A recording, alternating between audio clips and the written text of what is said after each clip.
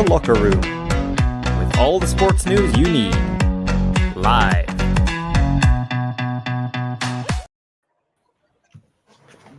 Hello, very good evening to you. Welcome to the show. It is The Locker Room, and we are here on a Friday night previewing the weekend football. I was going to say we're joined by Mr. Duffy, but he's maybe took a break out. And, oh no, he's back. And we're joined by a special guest, but also making his debut tonight. You might have saw his YouTube channel. Actually, go and check out if you haven't. It's all about accessibility for disability football fans. So we are delighted to have in the team Stephen Wiesek. How are you, Stephen? I'm alright, good to be here. Looking forward to it, guys. First of all, before we talk nonsense, well, Graham talks nonsense about the game. Tell us a wee bit about your channel and how people can view your channel.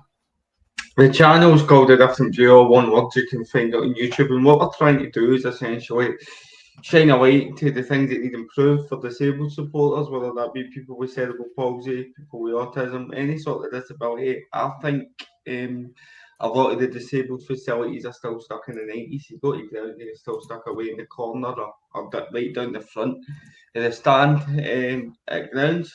And hopefully, over time, I'm trying to get it brought in that stadiums have to have options there for disabled supporters, whether that be an elevated view so that you can see the game, or if you're autistic, hopefully in your stadiums, clubs can put in things like sensory rooms and stuff like that. So bit by bit, we're looking to make improvements. Yeah, that's good. I'm happy to have you on board, Stephen, and we'll see Stephen throughout the season as well. Graham, I'm not going to ask you how you're doing, mate, because I think I know how you are, but I'm nice that way. So, how are you? I'm still buzzing. I'm still in cloud bed after last night. Honestly, just one of the best atmospheres I think I've ever seen Tynecastle. It was unbelievable. After such a poor start, I said before the game that we had to start the game well. If we can get an early goal, and it went complete the other way. They got the early goal, and I thought, oh no, here we go. Killed the atmosphere, but once Shanklin gets that goal, I thought it were great. There was moments I thought they looked dangerous in the break, but to see Cam McDermott, who I love, scoring two of the probably most deserved goals I've ever seen anybody get, because I love Devlin. For him to get those goals was just brilliant. And the atmosphere at Tynecastle last night, when that final whistle went, it was just the best I've seen Tynecastle for a long, long time. That's why I love European nights. European nights are so different and so special to any other game. And last night was great, and I've still not come down off the ceiling. I'm still buzzing that we're in the next round. It's brilliant. So, just to let you know, folks, that Graham used to join us in his office, but now he's actually on crowd number 10 tonight, up in the roof somewhere. Maybe beside Santa, I'm not actually sure, but he's up in the gold anyway. But yeah, it was a brilliant night for Scottish football. Well, last night and Tuesday night, Stephen, with Rangers protesting as well. Yeah, no, I think it's the first time that we've still had 5 teams in Europe at this stage going into the playoffs. And I think the most pivotal moment of the game, and I'm sure Graham will agree, was Hearts getting that goal quite quickly, the equaliser for Lawrence Shankland, because it kind of woke up the crowd. I think if it had went on any longer, there would have been that anxiety, that nervousness could maybe have come in. But to get the equaliser so quickly, and they had a great chance before that through Oda, and they squared it to Boyce. Listen, it's great to see all clubs, Rangers, Hibs, Hearts, and Celtic and Aberdeen still in Europe, because the better the coefficient, the more chance if my club Motherwell does well, the more chance I've got of seeing them in the group stage one day. So I'm all for Scottish clubs doing well in Europe. Yeah, that's the thing.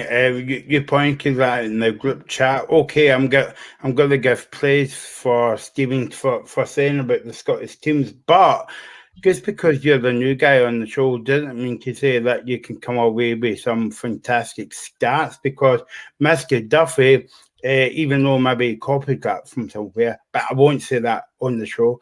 Put that on the group chat to get in. It's brilliant to see that all clubs are in progressing, and that's even without Celtic and Aberdeen, because I think Aberdeen, did they not play in that Thursday night? Yeah, they've got Hacken, which I think will be a difficult game, but I think they should win.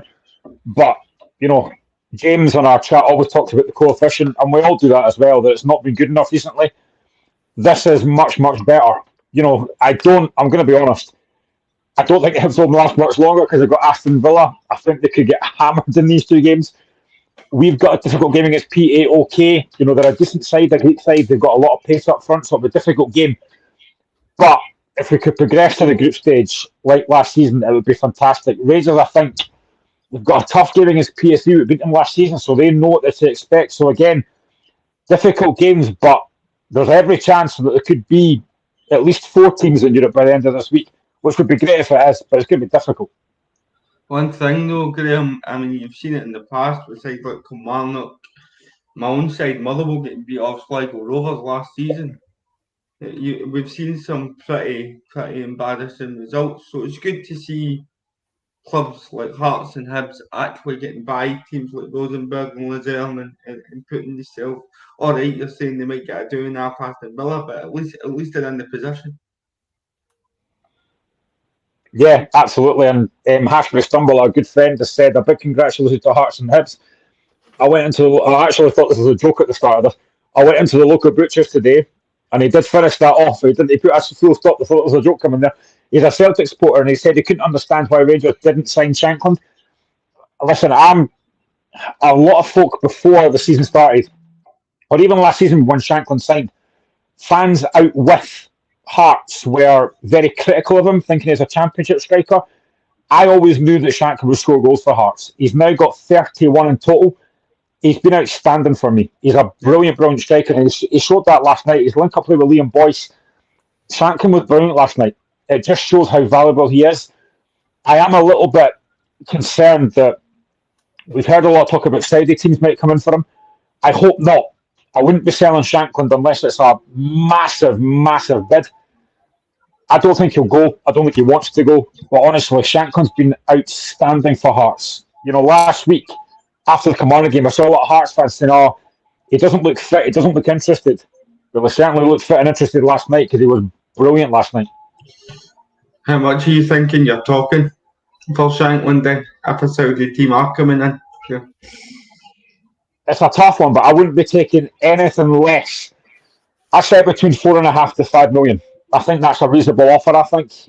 I was in another couple of group chats a couple of days ago, and some other folk that aren't Hearts fans, when I asked them a question about this, said between 7 to 10 million because it's Saudi teams. I mean, I would slap the hand off for that if we got that. I don't know if that'll happen, but between 4.5 to 5 million, I would take that. But honestly, it can't be underestimated how good a player Shankland is for Hearts. He was brilliant last night. Cammy Devlin from you as a man of the match, he was brilliant, but Shankland was superb last night. And that finish as well. It's a nothing ball really from Kingsley. He plays it through. Shankland's got so much to do. He's got a defender closing him down, the keeper coming out, and to dink it over him was just brilliant. It was absolutely superb. Stephen, I know it's a bit early to say it because obviously all the teams have not played their playoff games to get in to the Conference League and the Europa League, but is there a feel good factor about Scottish football now in terms of the national teams going well as well at the moment? I think, I would agree with that, and I think that's maybe been the catalyst. I would say that the national team doing so well, and players like Shankland being in the squad, so he's been in and around that environment. Look, listen, what is massive for Scottish teams in Europe is their home games. You seen how Hearts turned that atmosphere in their favour last night. The crowd got right behind them, and listen, I've been to Tynecastle on many an occasion when that place is rocking. It's probably the most intimidating well, definitely the most intimidating atmosphere out with the Old Firm in Scotland. So no, there definitely is a feel good factor, and long may it continue. Yeah, no, exactly. Graham, you were at the game on Sunday, but I knew that you would be desperate to get to the game last night. Have you got any chance of going to the playoff games next week? I would like to, but I think trying to get a ticket for that, like, love my money. I mean, I was there last week at the Kilmarnock game, and we were very poor. I said it last week, we were very poor. Kilmarnock deserved to win. I would love to go to the game next week because I love European nights, but the likelihood is probably not. Lino, our good friend there, says great goal from Shankland, and yeah, it was. Ashbury Stumble offered it to Chelsea. They just paid another 50 million today after the 100 million last week. I mean, the money that Chelsea are paying is mental, to be honest. I mean, they're paying ridiculous money to folk. Listen, if they want to pay 50 million from Shankland, they'll take it all day long. But yeah, I mean, I genuinely think next week's going to be a massive step up. Pauker at a different level from Rosenborg. I heard one of the Hearts guys on a podcast yesterday saying that, or after last night, this is maybe a free hit because Pauker are a decent side. I don't think I really think about that as a free hit. I think there's every chance we can beat PAOK over two legs. They are a good side, but at Tynecastle, with that atmosphere, we could take a lead over there. There's no doubt about that. If we can take even a 1-0 lead, we've got a chance. I think keeping a clean sheet next week is going to be tough, though, because defensively, I think we're still not quite there yet. But yeah, I mean, European nights are just... Obviously, Stephen knows this as a Motherwell fan. Everyone who plays in Europe knows European nights are just something different. They're really special. I'd love to be there next week, but probably not going to happen, unfortunately. Unless somebody wants to offer me a ticket. If you're a Hearts, Hibs fan, or any kind of fan, please comment on the link below. We're on YouTube, Facebook, and Twitter, and I think we're on Twitch now as well. I don't know even what that is. I feel old now, Graham. I don't know these kind of like social media channels at all, but I think we're on Twitch. I think that's what you told me. I thought Twitch was a kind of... Yeah, okay, I won't go there. Graham, I was saying to you about the game on Sunday, but obviously this is coming new to supporters like the Hearts and Hibs, and obviously Celtic and Rangers has experienced it for many a year. But like going from that game on Sunday to the game last night, totally different atmosphere, and I mean off the park, because the atmosphere, it's good when you win against, no offence, but Kamal, but European football, like you're going up kind of like 2 levels as well. So the atmosphere, I mean, when the third goal went in last night, the atmosphere was amazing. Oh, it was superb. It was absolutely fantastic. I mean, last week was very flat against Kilmarnock. I think the fans were expecting something to happen, and it didn't. You know, the players didn't really give us enough to get behind. The Gorgie Ultras in that Gorgie stand now tried to make an atmosphere, but it just didn't work because nobody else joined in. Yesterday was different. You know, there was a different feeling around Tynecastle. I could sense it even watching the telly last night. I could sense the atmosphere. And the Gorgie Ultras last night, I could watch it on the TV. They were brilliant. I mean, they created a magnificent atmosphere last night, and they've been a breath of fresh air for me for Hearts. They're the ones that try to create atmosphere, and they were great last night. And the atmosphere, like I say, European nights are different. There is a different feeling. There's an excitement, there's a nervousness, there's a tension, which didn't really happen last week for the league game against Kilmarnock. But last night it was there, and it'll be there again next week against PAOK. But last night, I've had quite a few friends that were there last night, and they said the atmosphere last night was one of the best they've seen for a long, long time. And you could see that. It was just unbelievable. And that's also, I can't remember what the stat was, but that's the first time we've overturned a European deficit from the first leg and won a game for about 30 odd years, which is crazy. But it was brilliant last night. The fans will always have the capability to create a good atmosphere, but they need the team to do that for them, to help them do that. And that's probably why you found it wasn't there in the Kilmarnock game, because there wasn't anything happening on the pitch. Whereas last night, yeah, I mean, it was very flat, and I think it'll probably be. I mean, we've got part of this on Sunday, which we'll get to, but I don't know what kind of credit we'll get for that. You know, I don't think it'll be a sellout. I've got a ticket. My brother couldn't go, so I've got a ticket for that. I'm taking my laddie again. But it'll be a different atmosphere again because no disrespect to Partick, they're a championship team. They should be a Premier League team. Let's be honest. They were 20 minutes away from coming up, so it'll be a different atmosphere again this time. And obviously next Thursday it'll be a completely different atmosphere again. So it's obviously having that balance as well. That's the thing. I'm really pleased we've got a massive squad now because we can afford to make 5 or 6 changes on Sunday and still have a good enough side now. We've signed Odell Fire from Brighton on loan today, another defender. We've got a great squad. We really do. It's one of the best squads we've got outside the Old Firm for me. But last night was just, honestly, I can't believe we managed to get over that tie because, as I said earlier on, when we went 1-0 down after 4 minutes, I thought, that's it done already. The atmosphere's gone flat. To come back from that and to win it the way we did, to get a goal in the last minute is just unbelievable. It really was superb. And I think, like, Stephen, when you take into consideration Hearts progressing, but they actually beat Rosenborg. They're a big name. They win the Champions League for like many a year. And, a team out with the big two, so-called big two in Glasgow, Rangers and Celtic, or so-called in Scottish football, puts out a big kind of name in European football.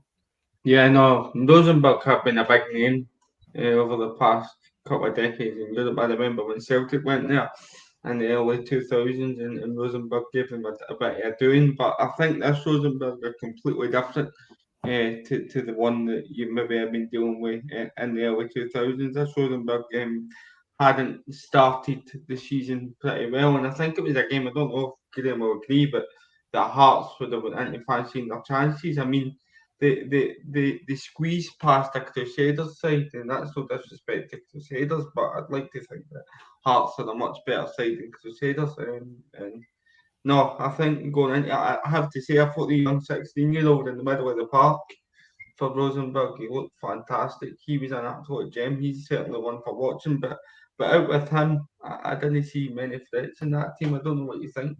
Yeah. No, I mean, we had a massive let-up with the fact that the guy Nelson, who played on the left-hand side last week, wasn't available. He was really good last week. Yeah, the guy Napam in the centre was excellent. 16-year-old. He ran the show for the first half last week until Haring came on. But he was excellent again yesterday. He will cost a lot of money to anyone wanting to buy him. He's brilliant. I wouldn't mind Hearts putting a wee cheeky bid in for him, to be honest. But last week, to be honest, and I said this to one of my mates as well before yesterday, I'd be disappointed if we didn't win that game yesterday because I didn't think Rosenborg were a great side. They hadn't started the season that well. They were very fortunate against Crusaders. Had they not had a man sent off Crusaders, they might have got through. So I genuinely would have been disappointed if we hadn't got through last night. I'm delighted that we did, and I have to give special mention as well to our own young laddie, Aidan Denham, 19. For him to start that game last night, a massive European game, I thought he was superb. Maybe a bit fortunate in the first half. If VAR was there, he might have got a red card for one of those challenges. But he was brilliant. I mean, he got taken off late in the game, and no surprise because his energy was outstanding. When I saw the team and the midfield pairing was Denham and Devlin, I was a bit concerned, but they were outstanding. The commitment, the work rate, the energy. Honestly, it's unbelievable thinking about it. Rob Nielsen was going to let Denham go last season, which is an absolute crime in itself because anytime he's played so far, he's been brilliant. He was outstanding last night again. He's going to go into bigger things. There's no doubt about that. Sometimes all young players need is an opportunity. Yeah. I mean, look at, I was going to say give you a 20 what, but it's like the likes of 20 here. Let's move on to, don't worry, Glenn, we'll come back to Hearts later on because they've got a big game on Sunday against Packet Fizzle. By the way, that game's 2 o'clock kickoff. Let's speak about the other side of Edinburgh last night, Glenn, and it was a good kind of like, I never saw any of the game, obviously. I just saw a couple of the goals on the telly. A bit of a shaky moment, but Hibs won 5-3 in aggregate, 2 each on the night. Yeah, I mean, going over there, I thought they probably would go through. I wasn't sure how they would do it. I mean, they got the goal through you, and it's a great goal as well, to be fair. He is one of the most frustrating players in the league because sometimes he can look amazing, other times he looks really poor. But it was a great goal from Ewan, and you're thinking at that point, Hibs are sailing through. Then you lose two really poor goals. The second one's a really bad goal to lose from a set piece, free header. And you're thinking, if Luzern get another goal back here, they've levelled the tie. But Martin Boyle does what he does. It's poor marking from Luzern, though. But fair play to Ewan. Really good ball back, and Martin Boyle scores. He is massive to that team, Martin Boyle. When he's not been there, he's been massively missed. So, yeah, fair play to Hibs. They've managed to do the business. They've got through, and it sets up the glamour game there against Aston Villa. I mean, that's going to be an incredible game. The first game at Easter Road, 5:45 next Wednesday, which is a strange time, but it's going to be Easter Road will be, I would imagine, quite packed next week because that's going to be, the John McGinn homecoming. Let's be honest, that's what it's going to be billed as, a John McGinn homecoming. But what a game that's going to be! It should be unbelievable. I think I never knew that, Graham. 6:15 kickoff on the Wednesday night, and okay, it's going to be a brilliant game, but why have a 6:15 kickoff, Stephen? Because it's like a box office game, Battle of Britain. It's because they don't want to have the Europa League games and that on at the same time. That's why they've done it. Right, okay, yeah.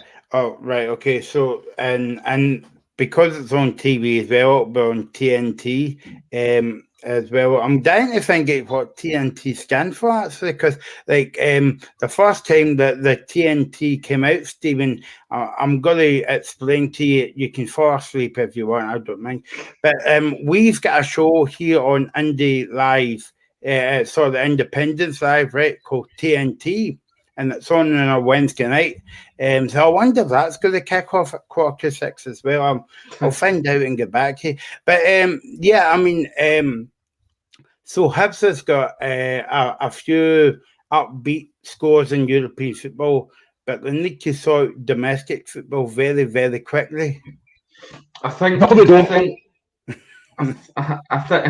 that game last night probably summed up what I think about Hibs in the sense that they look really good going forward, but I worry for Hibs defensively. I look at their defence and I see Paul Hanlon and Lewis Stevenson still in the back four. Now, don't get me wrong, these guys have been great servants for Hibs, but I just feel like they're getting a bit old now. I mean, you see it even for the first goal last night. I think Lewis Stevenson kind of switches off a wee bit at the back post, and then Paul Hanlon's on the line when really there's no danger of the guy shooting for that tight an angle. So, and I think that's been echoed by some Hibs fans. But listen, next week, what an opportunity, 6:15 kickoff. I wonder how many Hibs fans will be taking the day off work. I think I've just found out what TNT stands for, but I need to double check if I can say that on air. But anyway, don't worry, Rangers fans. We'll come back to speak about your team in a minute, because first up we've got Morton, Rangers against Morton tomorrow, 12:30 kickoff. Before that, we've got a big game tonight, Graham. And I did wonder, right, because this is a Friday night game. It's on the TV, but it's apparently something to do with Skid and Albion. There's a big event happening tomorrow, and they wanted the game to be on Sunday. Aberdeen didn't want that because they've got a game in Europe next week as well. And I was always ready to sit down and watch this game, but I can't watch it. So I've got to imagine what's going to happen. Skid and Albion against Aberdeen, Graham. Yeah, I mean, as Alino says, I fancy Hibs to take Villa Easter Road. You never know. Strange thing has happened. But yeah, I mean, I think obviously Aberdeen have got to be favourites for this game. I think playing a League Two side. Stirling had a decent cup run though. They hammered St Johnstone, which was unexpected. But they got beat 3-0 by East Kilbride in the Challenge Cup a couple of days ago. So, Aberdeen as well, from what I've seen of Barry Robson, he's playing a full-strength side tonight. So he's taking no chances. Obviously, after what happened with Darvel last season, they can't really do that. But yeah, I mean, it should be a comfortable night for Aberdeen. But, I mean, if Stirling could win that game, it would be a massive, massive shock. I don't see it happening. I think Aberdeen will be professional. I think under Robson, they look a much better side now. and I just can't see anything other than a comfortable Aberdeen win. I'm assuming, Stephen, you would think the same. Yeah, I think you're dealing with a different Aberdeen now than perhaps what you were dealing with in the side that lost to Darvo. I mean, it's an Aberdeen team that managed to finish third against all odds at the end of last season. All right, they've not started the season on fire, but I look at the fixtures: Livy away and Celtic at home. It's not the easiest to start, so they'll be looking to lay down a marker and do the job tonight, and it's a job that I fancy them to do. And I think they'll run out comfortable winners. I've just thinking what TNT stands for, right? It's not the John Grumming show. It is the Turner Network TV. There you go. I wonder who When did Tina Turner get involved in Scottish football? Well, that's what I was about to say 5 minutes ago, right? And then I thought, oh, hold on a minute, but I'll let you say that, Graham, right? Not me. That's on you, by the way, if you get cut off, you know. So yeah, I mean, I saw an Good job I never said it. I'm good job I never said it simply the best, and I'm well, yeah. I was going to ask if that was the slogan. Yeah, that's a new theme tune.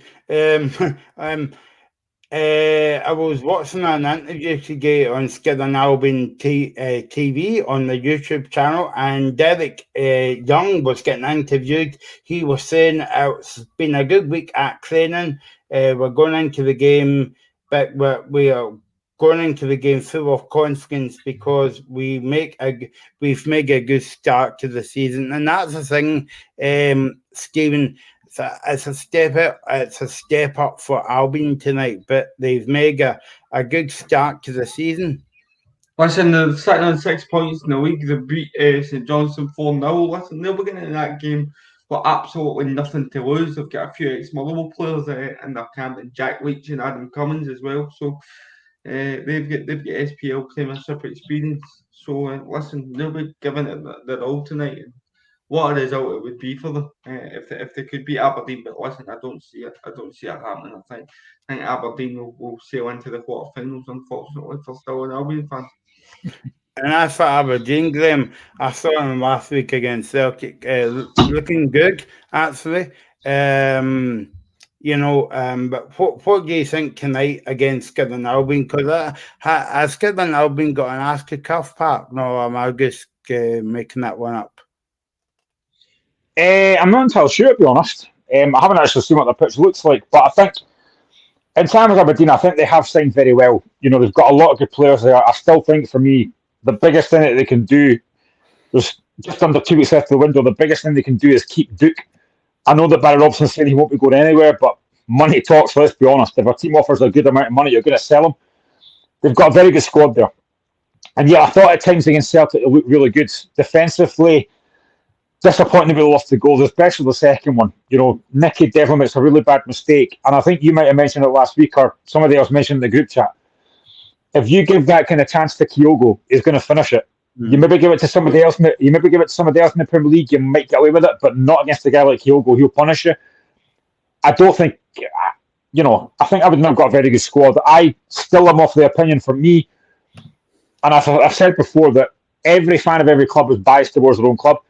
But I genuinely believe that Hearts have the third best squad outside the Old Firm, and I do believe as well that Aberdeen are going to be hampered by European group stage football, which is why I've said that I think Hearts will finish third and Aberdeen will finish fourth. I just think that European thing is going to be a massive impact on them. But there's no doubt the Robson's doing a good job. They've got a very good squad there. I like Leighton Clarkson. I said that before. He's a very good footballer. Graham Shinney been in there as well. They've got a good side. And I don't see any problems tonight. I think they'll sail through tonight quite comfortably. But I just have a feeling that in the league, I just think those European games are going to hamper them.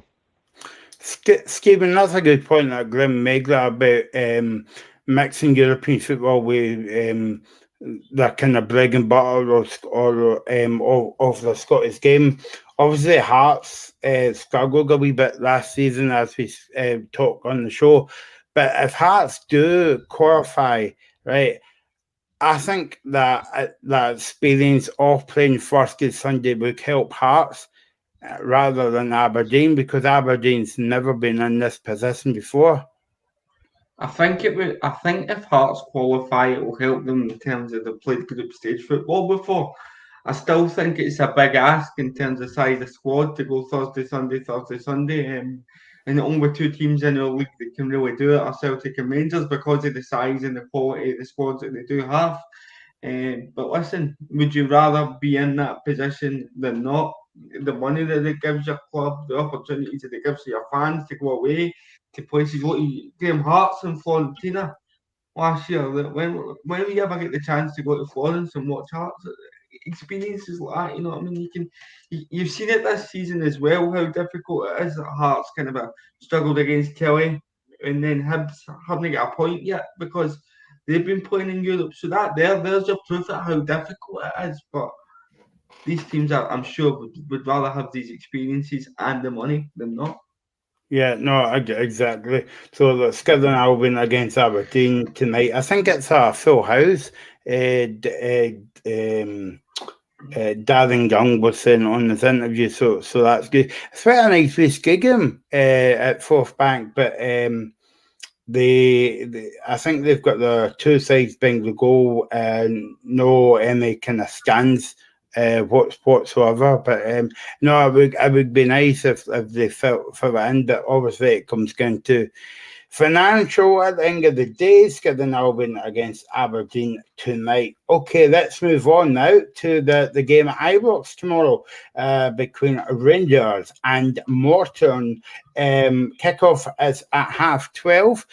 Before we talk about this game, Graham, we must go back to speak about Rangers and during the week. They got the job done. But how many times have we had this conversation on the show that they've not been really convincing? They've not been really convincing. No, they've not. And I think on Tuesday it was the same. You know, Servette get the goal, brilliant finish as well from the laddie, and they had other chances as well. Although I don't know how Danilo misses that chance at the back post. I thought Van Bossen would come back again. It's an absolute sitter. And you're thinking this team's. They were cutting through Rangers at points in that game, and there was a chance at 1-0 up when the boy again is clean through on Butland. Butland makes a good save. If that goes in, it could be a different game. Rangers defensively for me still look very vulnerable. I think I said this last week as well. It's going to take time. When you sign a lot of new players, it does take time for them to gel and to kind of settle in, to get used to the system and stuff, and it seems to be shown as well. Second half, once they got the goal through Tavernier for, it wasn't a penalty for a change, then they started to look a lot better. It was a good header at the back post, and they looked a lot better after that. I thought they looked a bit more solid defensively. There were still times Servette had chances, and I do honestly believe that a better team might have put Rangers out. But like you said, they got the job done. PSV will be a different test. They look a lot better than last season as well. They've recruited very well. That'll be a difficult test. But I'm still not overly convinced by Michael Beale's squad yet. I do think it will take time for them to gel in. But when you're at Celtic and Rangers, you don't get that time. You've got to settle quickly. You've got to be on it right from the first minute. And if you're not, the fans will on your back. Understandably, they spent a lot of money. I think it was $6 million on Danilo. They spent a lot of money. So they've got to get it right. But like you said, they got the job done. That's what they'll be happy about. But for me, there's still a lot of gaps in that team that are not quite filled yet. Stephen, if you were a Rangers fan, would you be a bit concerned? Because, as I was saying there to Graham, that Rangers has not been really convincing. I mean, when was the last time you watched a Rangers game on the TV, or maybe you saw them at Fir Park or whatever, and you said, oh, wow, Rangers were brilliant for 90 minutes. It's always been like the first 45 or the second 45. They've not dominated a game for 90 minutes. To be honest with you, I thought that Rangers under Michael Beale towards it when he came in last season looked good, and now obviously he's brought in a lot of players. I think they've signed 9 players. I wouldn't be pressing the panic button just yet, but if you are a Rangers fan, if your team don't get off to the best start, you're giving Celtic an early lead, and I don't think it's a lead that they're going to be able to pull back if their strikers don't start hitting the ground running soon. I'm hearing a lot of people saying that they would maybe change the team, go with freshen things up on Saturday.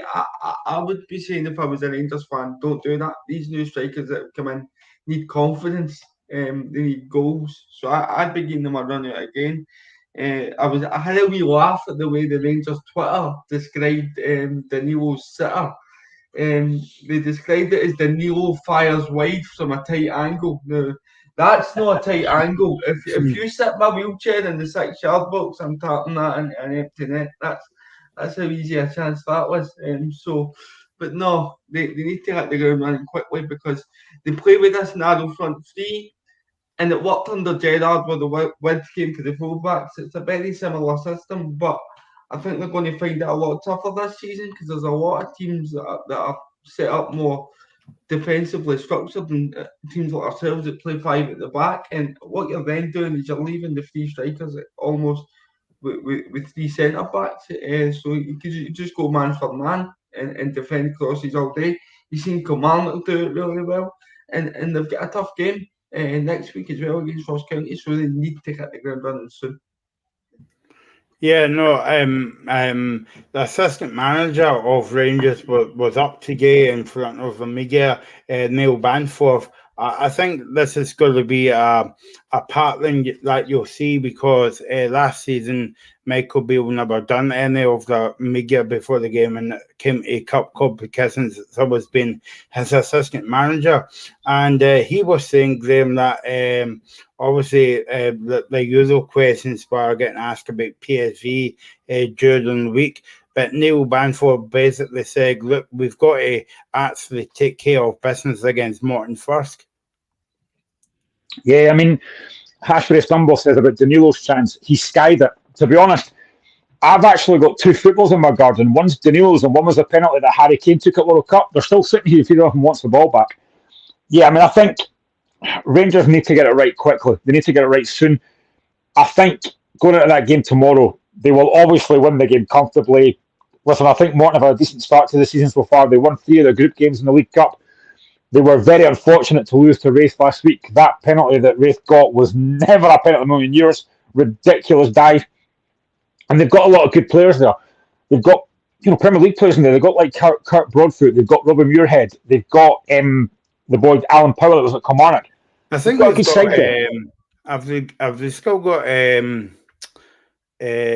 Ambrose? I don't know if he's injured. No. I think he might still be there. He's at Queen of the South now with Marvin Bartley. So yeah. But I mean, they've also got Jai Katongo, who's a really good player as well. So they've got good players in that team.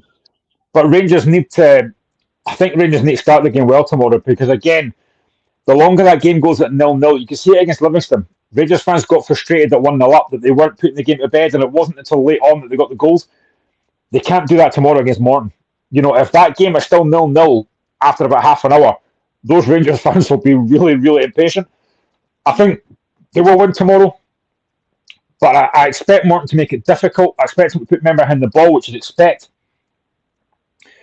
I do expect Rangers to win the game comfortably, but as I say, the longer it goes at 0-0, you just wonder how patient those Rangers fans are going to be.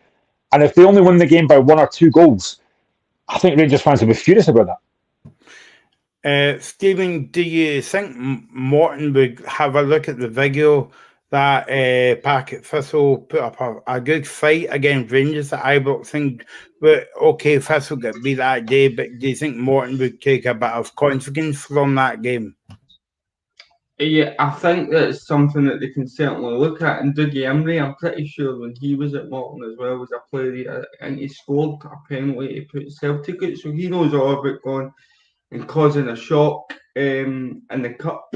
And listen, it's a win-win situation for Morton. They've got nothing to lose. If they go there and they get hammered, nobody's going to be like, oh, Morton get hammered off Rangers.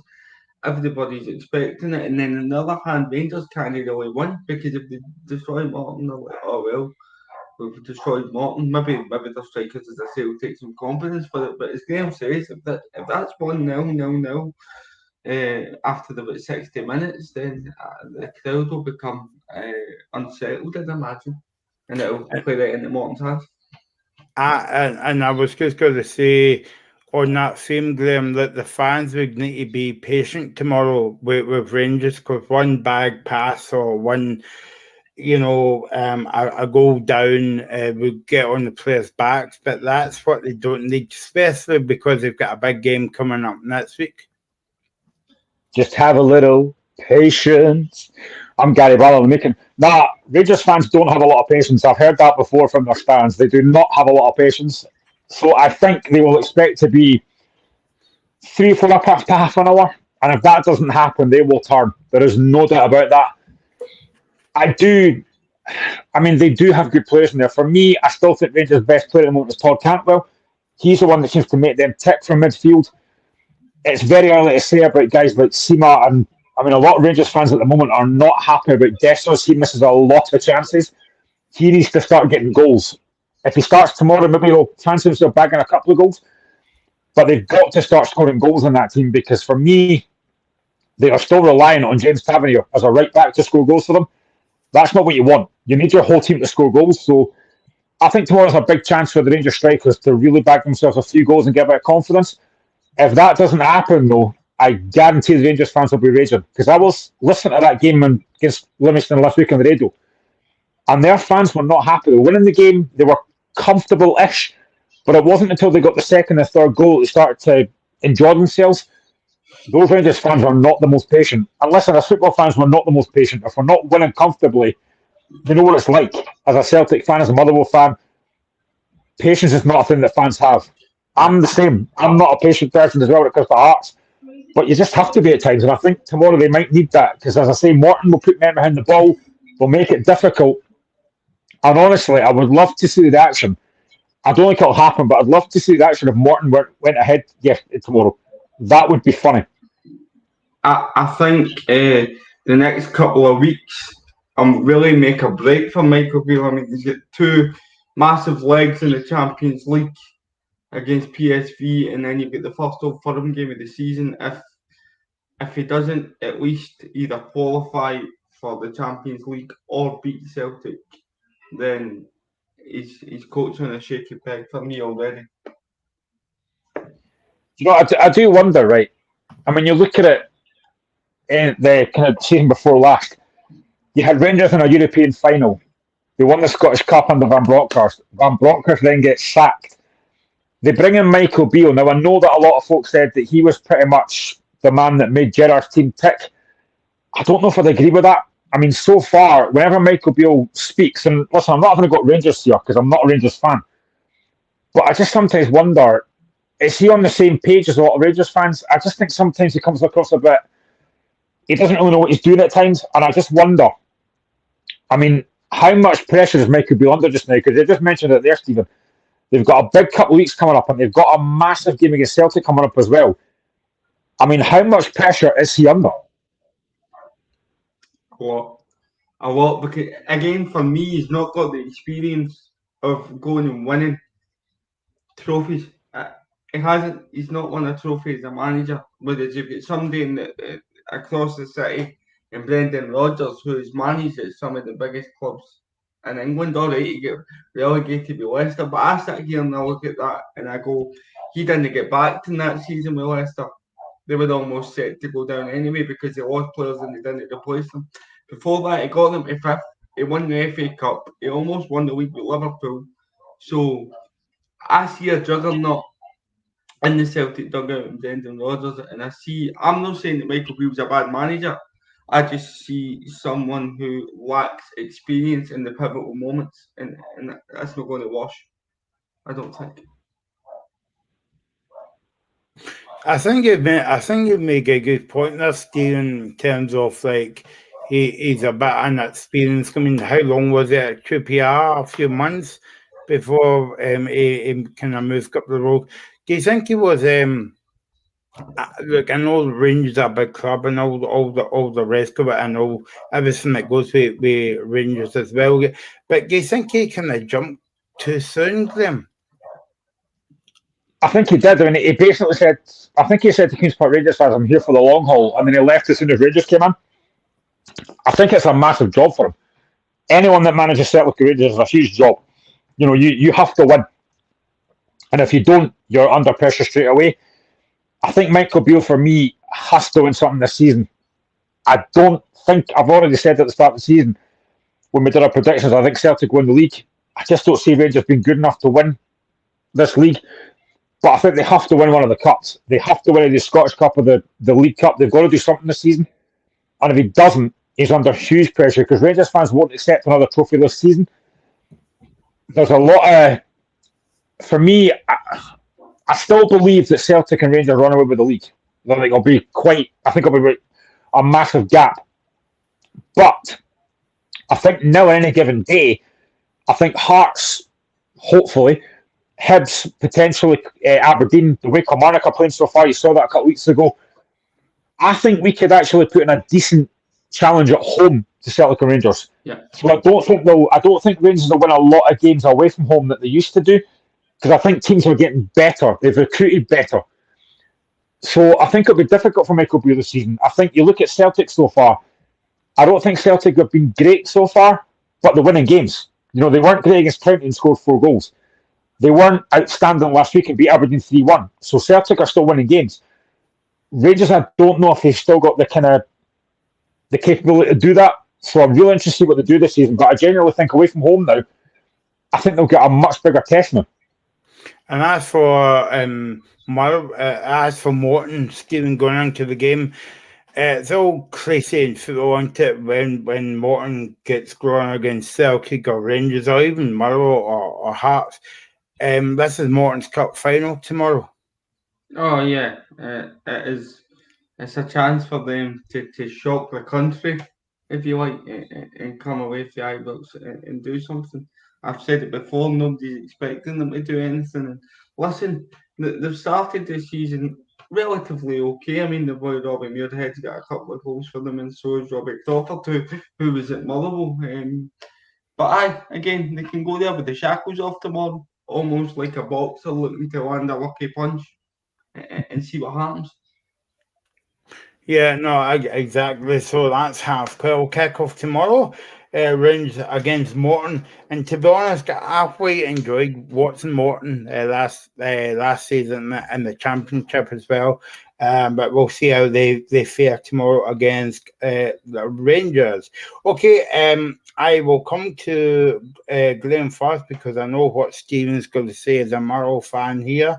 It's Airdrie against Ross County tomorrow. Of course, this is Rhys McCabe's coming up this season, but also against Malcolm Mackay tomorrow. So what do you think of this game? It's really a kind of is that a kind of banana skin in a way? Absolutely. I think this is an interesting game. I think Airdrie started the season really well. They won all the League Cup group games. They were unfortunate to lose to Water Partick last week in the league. But I think Rhys McCabe's done a great job. And I think when he got the job, he's very young. And a lot of folk thought, has he got the experience? But I like the way he talks. He's always talking about the fact that he wants his team to play it from the back. If they make mistakes, it doesn't matter. He wants them to play the right way. And you can see that. They've got a guy like Callum Gallagher up front, 54 goals in 130 games for Airdrie. He's a really, really good player as well. He could cause a problem tomorrow. I don't even think it's a massive shock if Airdrie win tomorrow. I know County have started the season well, but I think Airdrie are a good side, especially at home. This is a difficult game. I would genuinely not be surprised if Airdrie won this. I think I've watched County the last couple of games and I've been really impressed. I was really impressed with against Celtic. They were excellent.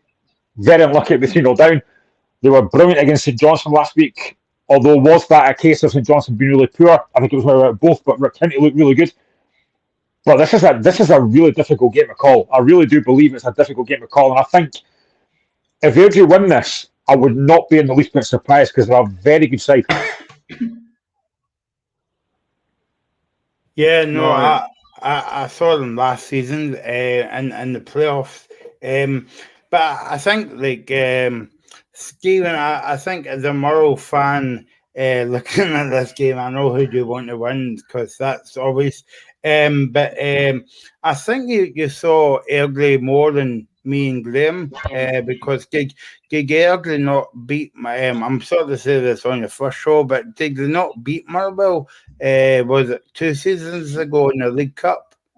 Yeah, and they deservedly beat us that day. I've got no qualms about that result. That was a game that we didn't turn up in at all.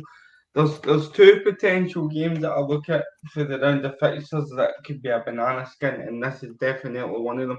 Earlier, as Graham said there, he talked about Callum Gallagher. I mean, they were unlucky in the first day of the season against Dunfermline, and then they bounced back with a terrific result at home at Partick Thistle. So, if I was a Ross County fan going down there, I would be no concerned, but I would approach it with a wee bit of trepidation because, listen, Airdrie, they're really strong at home, and I think they'll fancy their chances. They've had a great group stage as well, as Graham said before me, but no, this is one that I'm looking at tomorrow as an old coupon buster and for Airdrie to come away with the result. And I bet you when they thought you would have held that for a Motherwell supporter. No, I was just surprised to say Kuttenbusker because I thought it was online nowadays. But there you go, Stephen. What do I know?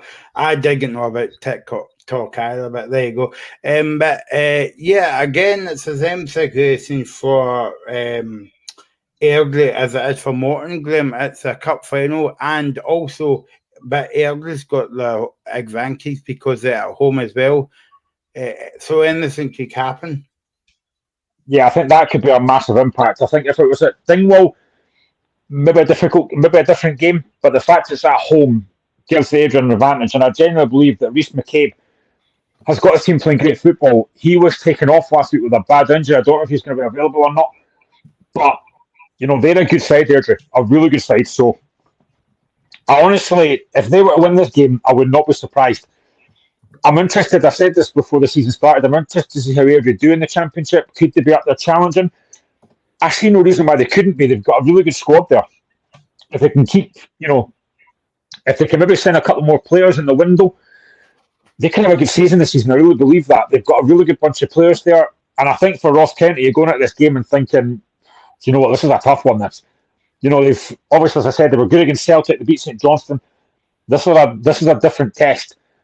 I think for me, they need Simon Murray to start getting the shooting boots on because he's looked good the last couple of games, but he's not managed to score yet.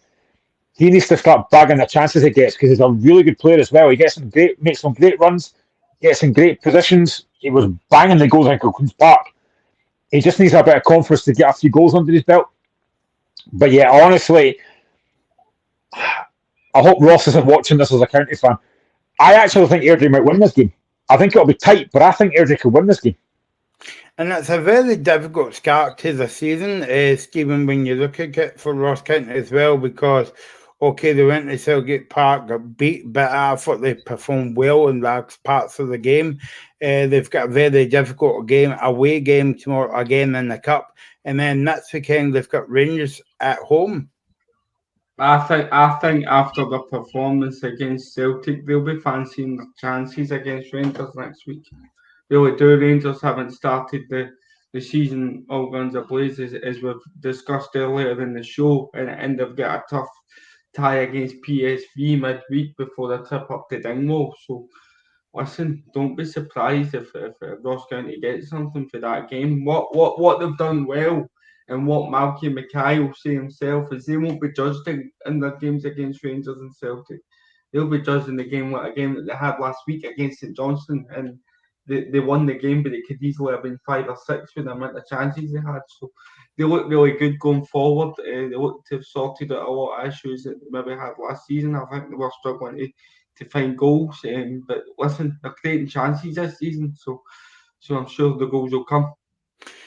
We're talking about banana skins, guys. Livingston and Ayr United is another banana skin. Before we talk about the game tomorrow, let's hear from Reagan's best pal, David Martindale.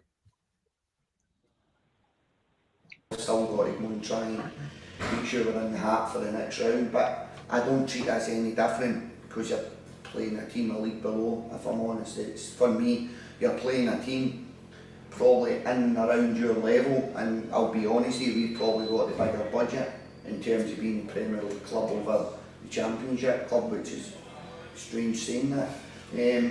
But we are the team going in there probably the favourites, and United will be the underdog, but in terms of ability, I don't think there's a hell of a lot in it. I've got a lot of time for Lee. I think he's done a really, really good job at Ayr United. And again, I think he's on course to do a really, really good job again this year. He's probably very similar to myself in the respect that if you have a semi-respectable season, you probably lose 3, 4, 5 of your best players, and it happens every year, and he's now into his second year, so he's probably into that. And if you look at Big Dipple's left, Josh is away. I'm sure there's others, but that was just two that I know. We Dara, there's 3, so he's probably lost 4 or 5 players that we considered first team players, and he's got to go and do it all over again. But for managers at this level, our level, that's kind of part of the course. We Pits and Brucey, they've trained this week, obviously. I think Saturday was a wee bit early for them. This Saturday could potentially just be a little bit early in terms of starting the game, but both are going to play a part in the match day squad. It's both more the rib injuries and Bruce's head injury. It was more the bruising around the rib area. So both have been training well all week, so they'll come back into the match day squad. Trying to think if I've got anything else. Sean Kelly's still a couple of weeks away. Samson then becomes available for the match day squad. Big Curtis made himself available late on Friday for the trip to Ibrox, which was brilliant, to be honest. I thought he'd have been out. I genuinely thought he'd have been out 3 to 6 weeks, so he came back a wee bit early and he feels good. So now we're in a fairly good place in terms of boys' availability. Stephen, obviously that was David Martindale there, but I also watched Lee Bullen's press conference this afternoon as well, and it really got me thinking that these two clubs are very similar, because when you put, like, say, like a Premiership team up against a Championship team, i.e. Morton against Rangers, there's a big massive gap there.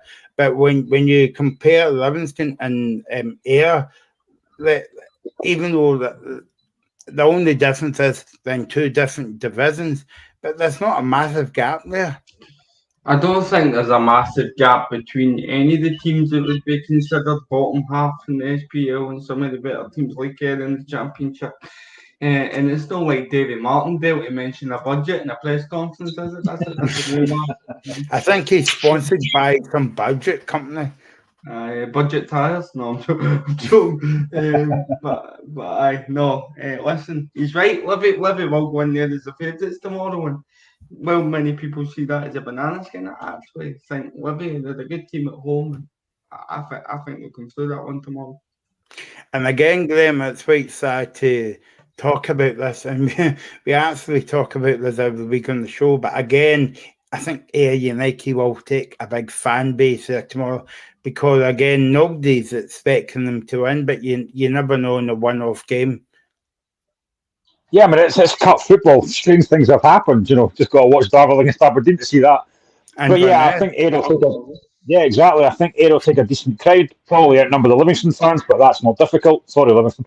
But yeah, I think it's a really tough game again to call. I would imagine Livingston at home should win this game, but again, they've had a difficult start to the season. They weren't great against Aberdeen that first game, but maybe had a couple of chances to win the game. And Damon Martindale seemed utterly depressed a couple of weeks ago when he talked about budgets and the fact that he talked to 6 players and couldn't get them financially attracted to the club.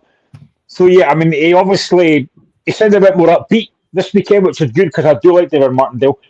But it's a difficult game, and I think he talks about the fact that Ayr have lost Akinyemi, who's a massive blow. He, for me, was one of the best players in the Championship last season. He's now gone. Hopefully, they can replace him before the window shuts in a couple of weeks. But I would expect Livingston to win. I think Bruce Anderson hopefully will be all right after his knock last week. Hopefully, he's fit. But yeah, it's a difficult game, but I would expect Livingston to win. I think it won't be easy. I think it might be 1 goal in it, but I would expect Livingston to get through this. Stephen, before we talk about the game, obviously, and speak about Ayr United's chances, I don't know if you saw John Ward, the CEO of Livingston, told the Daily Mail today that he's warning the club that about the financial losses that they're having. And I mean, that must be a very impact on like not only David Martindale but also everybody connected to Livingston, because you know what you're going to get if you're playing against Air United or Motherwell. You're still going to get one stand full and the rest of the parks kind of empty. And I mean, me and Grim spoke about this time and time again. It's a nice wee stadium, but that's only since it's holding Livingston back. It's sad to see when you hear comments like that. I mean, I'm not one of these guys. You see plenty of it on social media. Are people bashing teams' attendances? Fair play to the people that actually go and support their team and go and watch them. But it is concerning because this is a Livingston side who have been in the Premiership for a number of years now, and they're still reporting financial difficulties. So where would they be if it wasn't for the money that they're getting for the Premiership? You know what I mean? So it's vital that they stay in the league. If they slip this year, I hope, I dread to think what could happen to the club. And as for Air United going there tomorrow, it's Stephen. Oh, obviously, I spoke to Graham early on about it's a cup final, but you know, and we saw them last season. Unlucky not to come up, but I think that was a bridge too far. The big question for them is, can they replace the goals of Diploak and Yemi last season? I mean, they brought in the likes of Jamie Murphy, Aidan McGeady to give them that experience, and a couple of boys from down south. Listen, I still think they've had a relatively okay start to the season. Whether it's going to be enough for them to come up, only time will tell. We can't say 2 games into the season, but can they beat Livingston in a one-off game? Yes, they can. I think As much as I'm saying I fancy Liberty win, they could easily go there and win tomorrow and shock us all. But so interesting to see what happens. I mean, they got a good run in the cup under Lee Will last year, and they'll be hoping to continue that this season. I think a word has just come into my head. It says left field. When we found out about Aidan McGeady moving to Air United, and we were like, oh, where did that come from? And especially the role that he took up as well. It sounded like it was a bit made up as well. But you know, McGeady as a player was brilliant. I think he's still a player. He's still registered. He's got the experience. He's a fantastic footballer. But it was just it was a very bizarre choice. But listen, fair play to him. He's made the choice to go to Ayr. Fair play to him. But I mean, I think tomorrow it is probably a free hit for Ayr United. I think for me, teams like Ayr United and that are not going to be judged in these kind of games. They want to win the championship. They want to compete, and I think Ayr United will be. Although there's no doubt that Akinyemi is going to be a massive miss because he was brilliant last season. But I just think that tomorrow, I think it will be difficult for Livingston, but I do think they'll get through it. But I just wonder though. I mean, I'm not a businessman, clearly, but there must be some way that Livingston can attract fans to the ground. Because honestly, when you're watching a Livingston game and you're seeing 3 halves of the stadium with away fans there, it can't be good. There must be a way that Livingston can get fans in that club. And I've said that numerous times as well. I've been to Livingston a few times, and you notice quite a lot that there are buses going to Celtic Park or Ibrox from Livingston. That's not a great look. You've got a stadium right there on your doorstep, and you're not going to it. There needs to be a way of how they can get fans into the stadium, because it's not a great look. Yeah, you see it more times when Livingston plays so Ross County and St Johnstone, because they don't kick a big away support either, you know, and it's quite. I don't want to say this in a way, but it's quite embarrassing. But if I was a TV companies, right, I would actually move the cameras to the opposite stand when they're playing the likes of. No disrespect to Marlow, Stephen, right? But teams like Marlow, Ross County, St Johnstone, so that you can see some fans. Because at the moment you're just looking at big yellow seats, and that's no doing a good advert to the game in Scotland, Stephen. No, but I think with the way the gantries are, there's only certain places that the TV stations can actually put the cameras. I mean, there's many things that clubs can do to try and boost numbers. I mean, my own club have done it a couple of times himself, where kids have got in for a fiver, adults have been no more than 15. Well, a family of 4 for 20 quid, that kind of a thing, and then give out tickets to schools and stuff. So there is initiatives that you can try, but for clubs like Livingston, when you've got Hibs and Hearts beside you, and then you're going to have people in that area that are going to support Celtic and Rangers anyway, it's very, very difficult for these clubs to attract supporters on a weekly basis, and it's the same for Motherwell. So listen, there is things that clubs can try, but in terms of longevity, I don't see it being a viable option. Stephen, as a neutral fan, me and Mike have had this discussion numerous times with other folk as well. But as a neutral fan, what's your kind of take on the plastic pitch debate? Are you a fan of it in the Premier League, or do you think it shouldn't be allowed in the Premier League? I mean, I don't like it, if I'm being brutally honest, and that's only because of the amount and I don't know if you agree, dire games of football that I've seen on a plastic surface. Again, Ewan made a good point. Ewan Rankin for Top Livy made a good point when it was on a podcast with him that the myth, if you like, about plastic pitches causing injury isn't necessarily true, because if that was the case with Livingston, they'll have a plethora of injuries in their squad, and they don't. So you kind of got the better of me in that one. But I think it's more for players who have pre-existing injuries that it can be.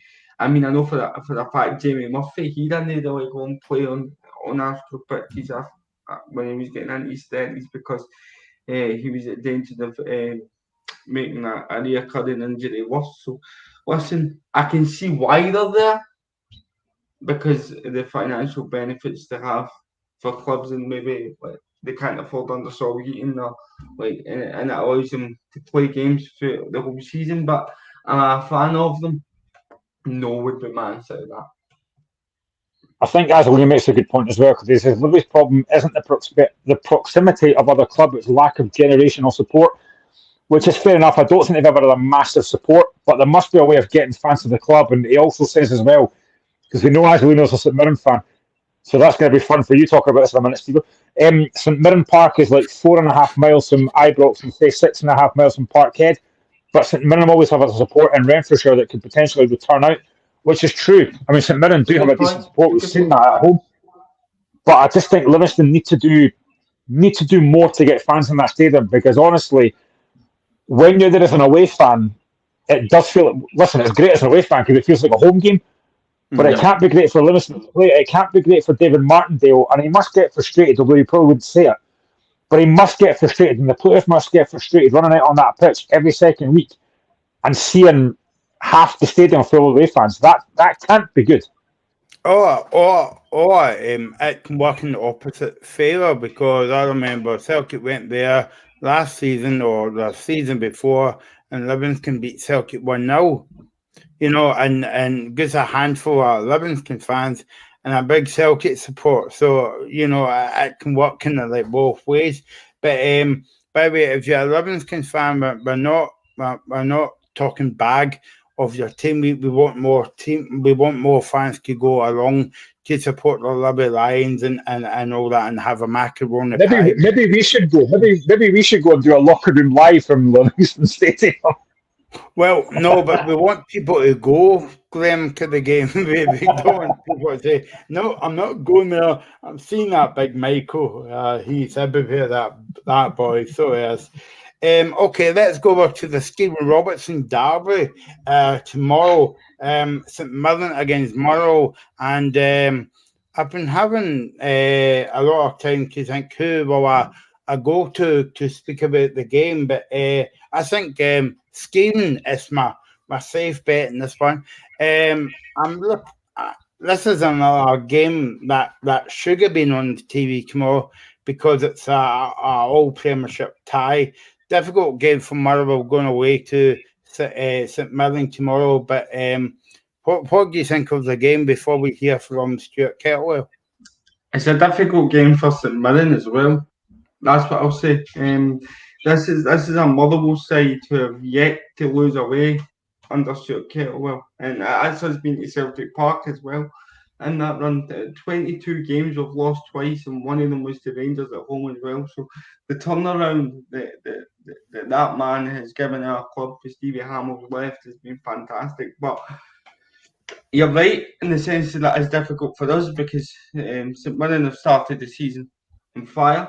I mean, they're on 6 points. They've got through in the group, and it's probably, we were seeded for the draw. It's probably the most difficult tie that we could have got from an unseeded team was away to St Mirren. So, listen, it's one that both teams will fancy their chances, and it's one that I'm really looking forward to.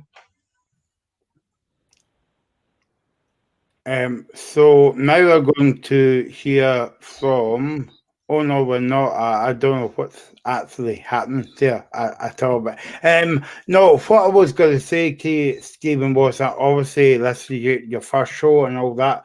But we spoke on the show, me and Graham and the guys last season, that if Stuart Kettlewell came in early on, do you believe that Motherwell will get finished in the top 6? It's easy to say yes because of how good the form was.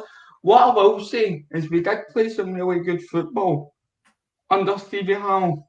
The issue was I just don't think that Stevie had that older figurehead beside him that Stuart Kettlewell now has in Stevie Friel. I think that's also been a great appointment for us because Stevie Friel, as Graham will know, has that experience at managing at Hearts, and I'm sure he was at Dundee United as well, and then in the Celtic Academy. So it's easy for me to come and say that, oh shit, we would have finished top 6.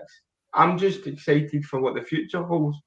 The fact that Stuart Kettlewell came in, we stayed up, and listen, he's brought in a boy up front and Mika Bereth, who I'm buzzing for. Absolutely buzzing for. This guy looks to have everything: composure in the final third, decision making in the final third, power and pace. So watch it for him. I was actually going to ask you about that, Stephen, because obviously we all know how massive Kevin Van Veen was for you, and it was a worry of who you were going to get to replace him. But that laddie, when he came on last week, looked outstanding. I mean, he turned Will Fish inside out last week for that second goal. He made the first goal, brilliant strength against Lewis Stevenson. He's still very young. He's still very raw. He's still very young, but he looks a very, very shrewd bit of business. He's somebody that Arsenal rate as well. So that tells you all you need to know. I mean, the fact that Motherwell have been able to go out there and identify a young striker for a club like Arsenal and bring him in, it's a great piece of business. And I don't necessarily mind us going into the loan market for the short-term fix to what would be a long-term problem, if you like. But I know that this season is going to be a case of me learning why you shouldn't become attached to loan players because they're away very quickly. Oh, don't tell me about it. I'm the same. Okay, before we go on to speak about St Mirren tomorrow, let's hear from the Motherwell manager, Stuart Kettlewell. This and sort of fancy their chances and think that it's a relatively well matched game. I think if you look at the kind of record of what's happened, let's again say since I came in, I think it's two teams that are pitching very much in a similar kind of level, and we would love to maintain that. You know, they had a higher league finish than us last season, and rightfully so for what they've done over the course of the season. But I just think that I keep laughing is how do you pick something sort of different in terms of where the form is and where the two teams are playing. We give them great respect. I have, and I've said many occasions, I've so much respect for former manager here, Stephen Robinson. I admire how he sets his teams up. I admire how he comes across. I like him as a guy, and therefore I think that it almost becomes that one where both teams go, get the sleeves rolled up and have a real good game, a real good go at a one-off cup game on Saturday. I'd said before the first league game that I was never going to start shouting my mouth off and tell people where we were finishing and what we were going to do. The players have heard all of this from me as well. In-house we know what our goals are, and I think that even in the cup competitions that if you can find a standard, which I think we've shown in the league for quite a sustained period of time, if we can try and transmit that into cup competition, who knows where it takes you? You never know. As I say, I've been fortunate enough to be on a couple of really good cup runs against all odds and all that type of stuff. So I look at Motherwell, I think it's such a good football club that's had a pretty decent history in terms of cup competitions. You know, you look back to Stevie Robinson's team, 2 cup finals. So these things are achievable. You need a wee bit of luck along the way. You need to hit big moments at certain stages of games. So again, it's just me trying to instill that confidence and belief that we've been good through a period of time, and we need to try and hit that mark again when it comes to a cup competition, because it does have a different feel. The game does have a different feel to it, and I just hope that come Saturday that we're able to execute that the way we have done in the league campaign so far. Callum Butcher remains out. Harry Payton, the game probably comes a bit too early for Harry Payton. And we've been dealt a wee bit more of a blow with John Obika, unfortunately. John came onto the pitch on Sunday. It was great to have him back in, but without giving away too much detail, which I don't have at this minute in time, it looks as if we could be missing John for a lengthier period of time than what we thought. There we go. That was Stuart Kettlewell talking about the St Mirren game tomorrow. As for St Mirren, Graham, they'll be going in with high confidence because, I mean, it's 2 good managers going up against each other in cup football. How big a blow would it be for St Mirren to be missing the captain, Matt Kahara? I think he's out for about 3 or 4 weeks with an injury. Yeah, you can see Stephen's got about that. Yeah, he's a massive player for St Mirren. He's been outstanding, and to be fair, I think St Mirren have been great so far. I was impressed with them last season after a really poor League Cup campaign. They've just, they've exceeded expectations so far. Finishing top 6 last season, they deserved it. I wonder if they could do that the same again this season. There's no reason they can't. 6 out of 6 in the league. They were brilliant against Hibs. They were really good against Dundee last week for long spells in that game. They look very impressive. This is another really difficult game to call. Both teams, I think, can look at this game with a lot of confidence. We've got Azulino saying that St Mirren v Motherwell in the league is usually poor fare as both teams frustrate each other, whether in Paisley or Motherwell. Let's hope the Cup brings something good. St Mirren look very good. And he's right. I think St Mirren do look good. I like the look of Mikel Mandron up front. Gave away the penalty last week, although Zach Robertson's penalty was dreadful, and then gets the goal. St Mirren look very good. They look strong up front. They look decent midfield. Got a decent backbone at the back. So I think St Mirren look very good. But this is such a hard game to call because, again, I think Motherwell look decent as well. And the laddie up front looks, I know it's very early, but it looks exceptional. Yeah, no, I'd agree. And I just want to preface it by saying that wee fist pump that you seen there wasn't because I don't wish injury on anybody. I just know how good a player Mark O'Hara is, having watched him in the Motherwell shirt. He's a real engine in the middle of the park. He's almost your old-fashioned box-to-box midfielder. He can cover every blade of grass for you, and he can get a goal as well. So I'm pleased that he's out from a Motherwell perspective, but he's someone that I very much wish we still had at the club. Stephen, I was going to ask you, obviously, as a Motherwell fan, I mean, since he's come in, what's most impressive about Stuart Kettlewell? Because he does seem to have he's not had the easiest of rides with, obviously, Van Veen going, but he seems to have Motherwell play some decent football. He's brought in Connor Wilkinson again, who might take a bit of time to kind of settle in. But what's most impressive about Kettlewell so far since he come into Motherwell? 3 things I'll give you. The way he organises a team, number 1. 2, the way he speaks in press conferences. I think he's always speaks really well. He's always really honest with the supporters, and that's all we want.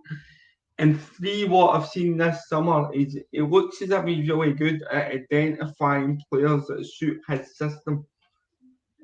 I mean, Wilkinson, we brought in 3 strikers this summer, 4 of include John Obika, even though he was on loan. That was made a loan permanent.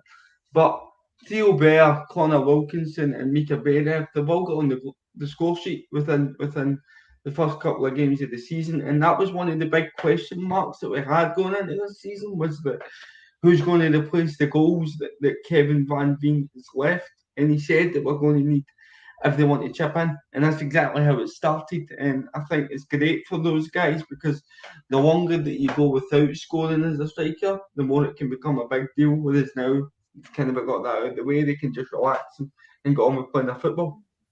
Do Were you you surprised that? Sorry, I was just going to ask Michael. Were you surprised that Motherwell signed Theo Bear? Because St Johnson fans were not overly St Johnson fans were not overly impressed with him. I was extremely surprised. I kind of fell into that trap and I'll be honest about this, of doubting a player before I'd seen him kick a ball. Just because his record at St Johnson, 1 goal in 38. But then I heard Stuart Kettlewell's press conference, and he talked about how Theo was going to fit into your system and how it was up to us to get Theo in the positions where he could score goals. And that's exactly what you've seen with his goal up at Dundee. I mean, he's in between the wood of the post, which is where most strikers are going to get their goals. And the way he finishes it first time, keeps it low, aims it at the goalkeeper's legs, which is something that you're always taught as a striker. And it's a great finish. So, listen, long may it continue, and hopefully he gains a lot of confidence for that. Stephen, we always talk about money in the football, but because Stuart Kettlewell's at Motherwell now, do you think he's actually spending wisely in terms of like when he was at Ross County? He wanted to add more to the squad, but he couldn't just because of the financial climate. And do you think that's the difference by, coming from a kind of I don't want to say a lesser team, but you know what I mean. I suppose a lesser budget than Motherwell. I think what Stuart knows really well is he understands the ethos of the club. He understands what Motherwell are as a club and what we should be trying to do. I mean, you're seeing it perfectly with the fact that he's brought in young Lennon Miller. At almost 16 years of age, he knows that Motherwell's job is to bring young players through or get wee gems for down south and then sell them on for a profit and almost do the same again. And something that really impresses me with Motherwell and my time supporting them is our ability to find strikers after we lose them. I mean, we've just lost Kevin Van Veen, replaced him with Mika Bereth. I mean, Louis Moult went and we got Curtis Main. He came in and did really well for 6 months. So we've always been able to kind of have the next one ready to come in. And that comes from understanding the ethos and what Motherwell are as a club, which sure does really well. Let's speak about St Mirren now, Stephen. As I said, you're glad that Maka is not playing for St Mirren. Brilliant season for St Mirren last season, and he did well at Motherwell, Kilmarnock, and Dundee as well. I actually know Mark Harley is a personal friend, and he's actually did well over the years. I've seen him progressing. Because he was at Hibs Boys Club coming through the youth.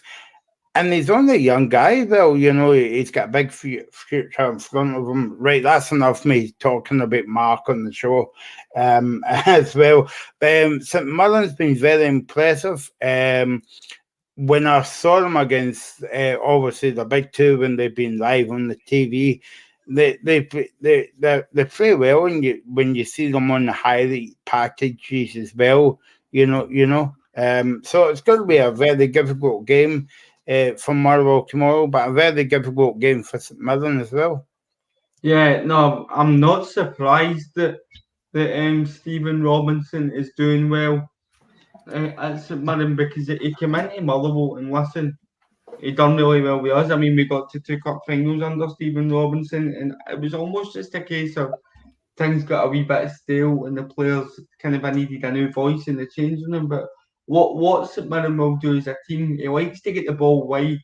He likes to get players committing themselves and getting bodies in the box. And so they'll get a lot of goals. But where I think we can get our joy is if we get the first connection to those crosses and kind of leaves a wee bit of a gap in the middle, and hopefully we can hit them on the counter tomorrow. But enough of the tactical stuff. I'm not surprised that Stephen Robinson is doing a great job at St Mirren, because he's probably, and I'll go out and say this, he's probably the greatest Motherwell manager of my lifetime. Yeah. Okay. Him and McCall, it's between. Let's move on. Not Mark McGee. Enough. Unless somebody puts a mobile phone in front of our face. But there you go. That's a Saturday game out the way, Graham. Let's go back to speak about Hearts. Fun enough. I don't know why you'd be happy. They kick off on Sunday, 2:00 kickoff against Partick Thistle, Tynecastle. Yeah, and I'm going to be honest here. I cannot understand why they scheduled Hibs against Wraith and Hearts against Partick Thistle for 2:00, because you're going to have two sets of fans. You're going to have two sets of fans, Hearts and Hibs, back in the city centre of Edinburgh at the same time. Absolute madness. I don't know why they've done that. But yeah, I think going at this game, difficult game. I was impressed with Partick last season. They were very unfortunate not to come up. They should have probably come up. They've lost Scott Tiffany, who was a good player for them. But they've got a threat. You know, Brian Graham, Aidan Fitzpatrick, Stephen Lawless have got a real threat there. They're probably catching Hearts at a good time, to be honest, though, because we've just come off the back of a fantastic win yesterday. Players are going to be tired, I would think. I think we'll make probably 5 or 6 changes. So it's a chance for Partick to catch us in the hop. I think we're still going to have quality, but you just never know. So yeah, I mean, I think, you know, last night was great, but this is another different game now. A lot of Hearts fans are saying change the whole team to be ready for next week. I don't agree with that. I would like to see us win the League Cup.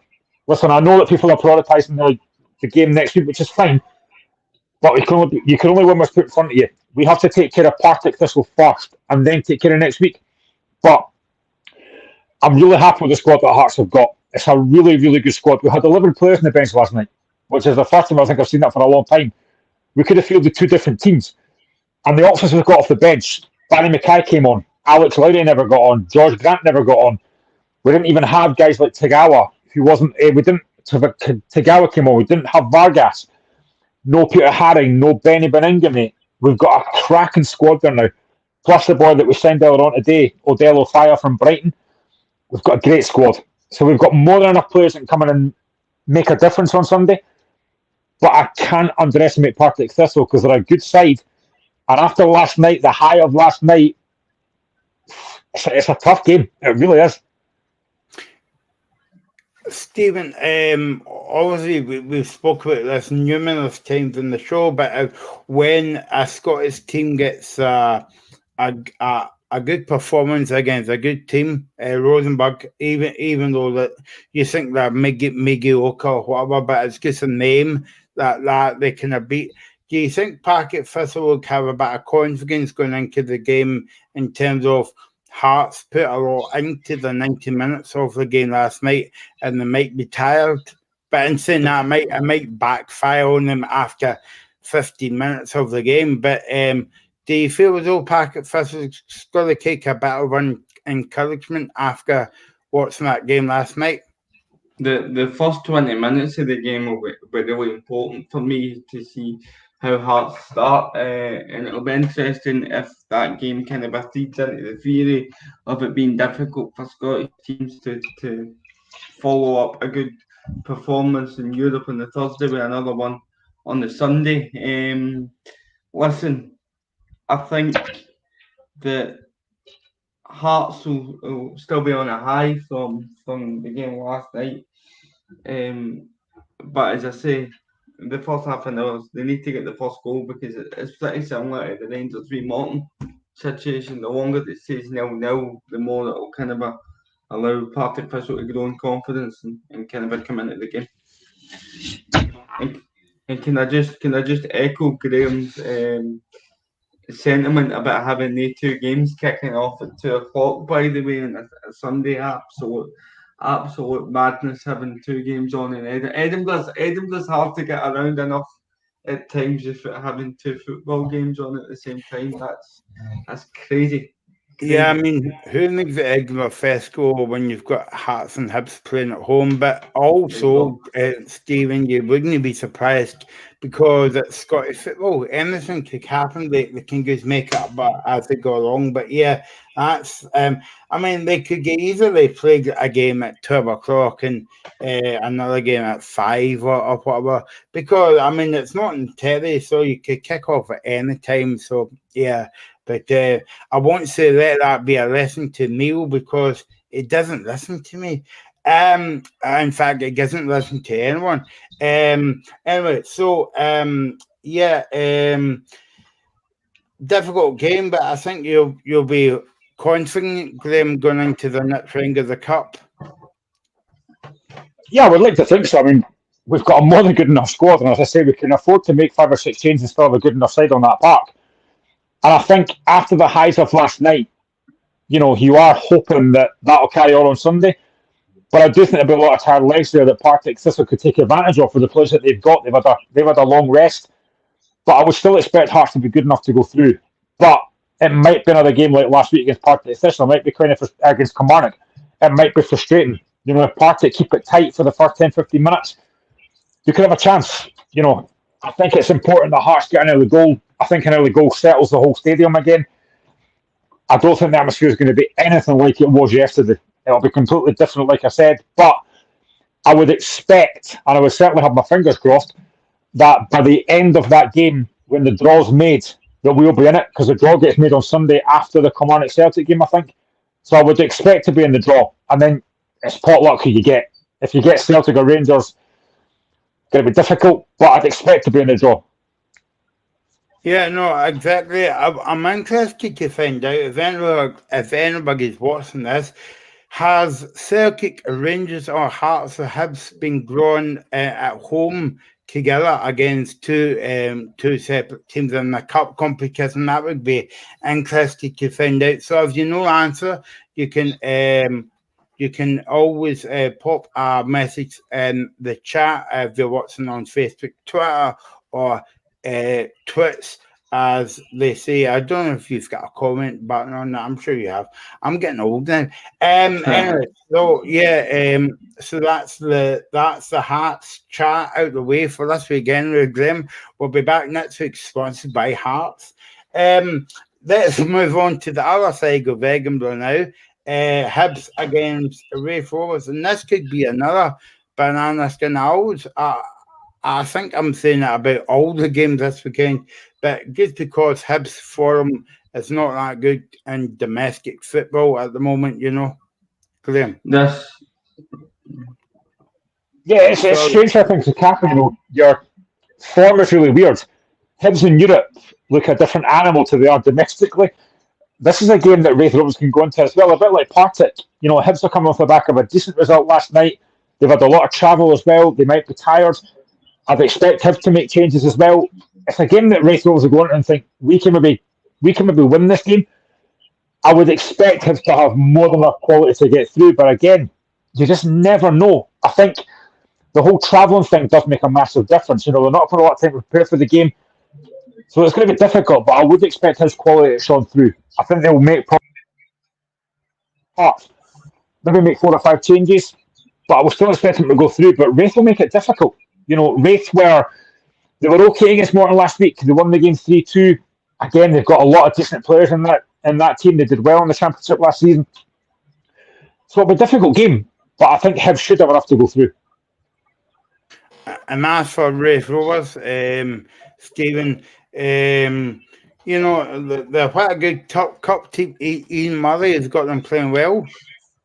I've just glad you said they're quite a good cup team. I just thought that was a wee dig because they put us at the Scottish Cup last year.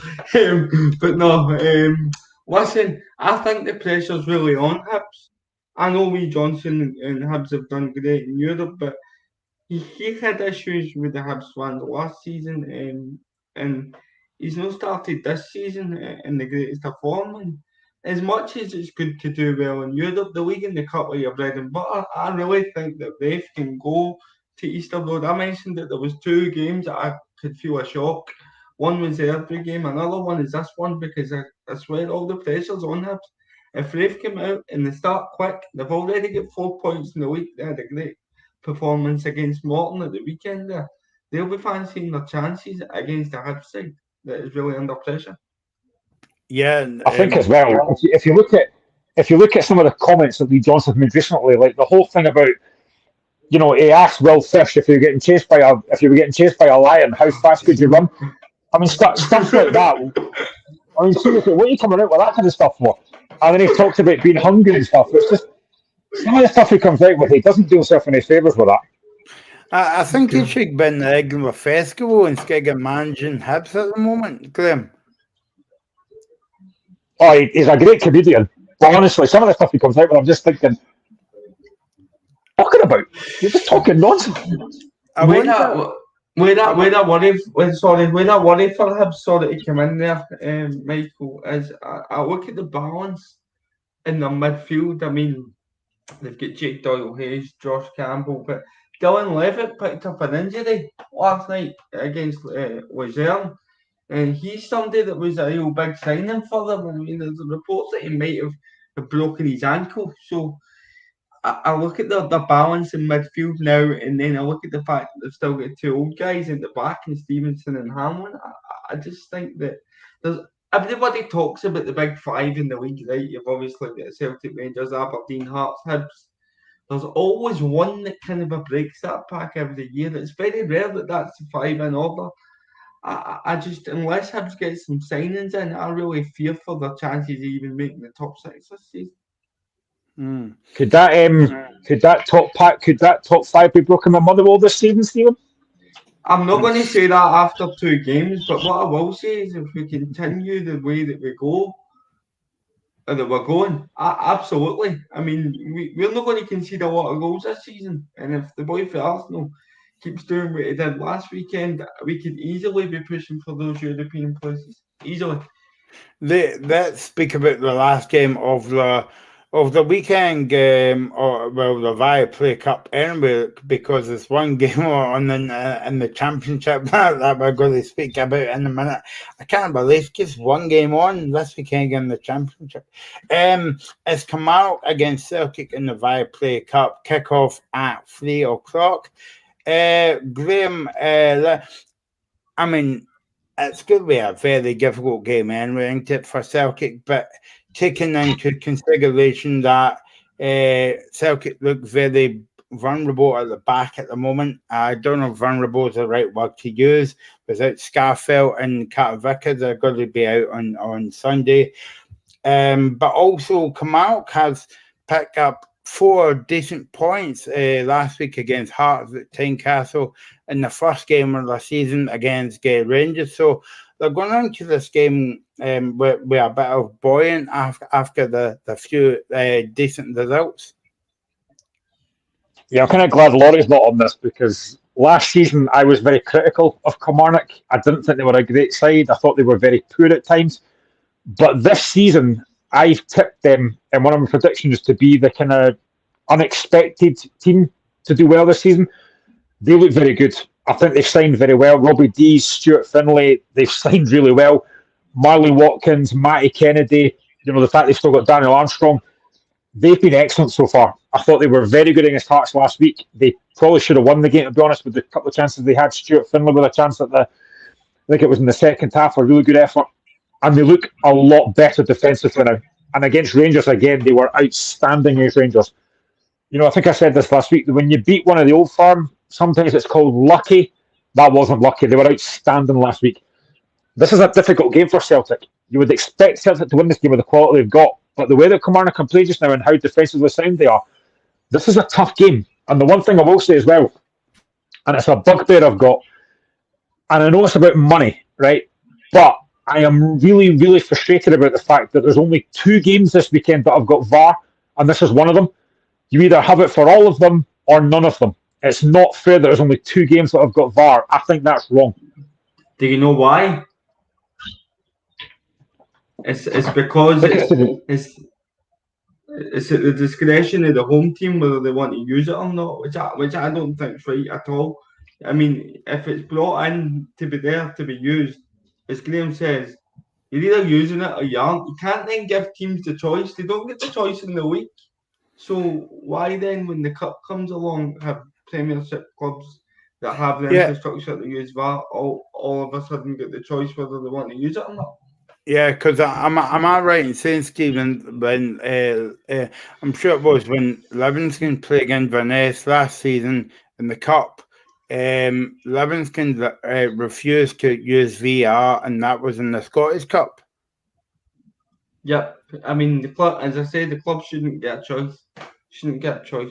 But I think to go on my opinion about this game, which I'm sure you were going to come on to there, Michael, without trying to be Mystic Meg. I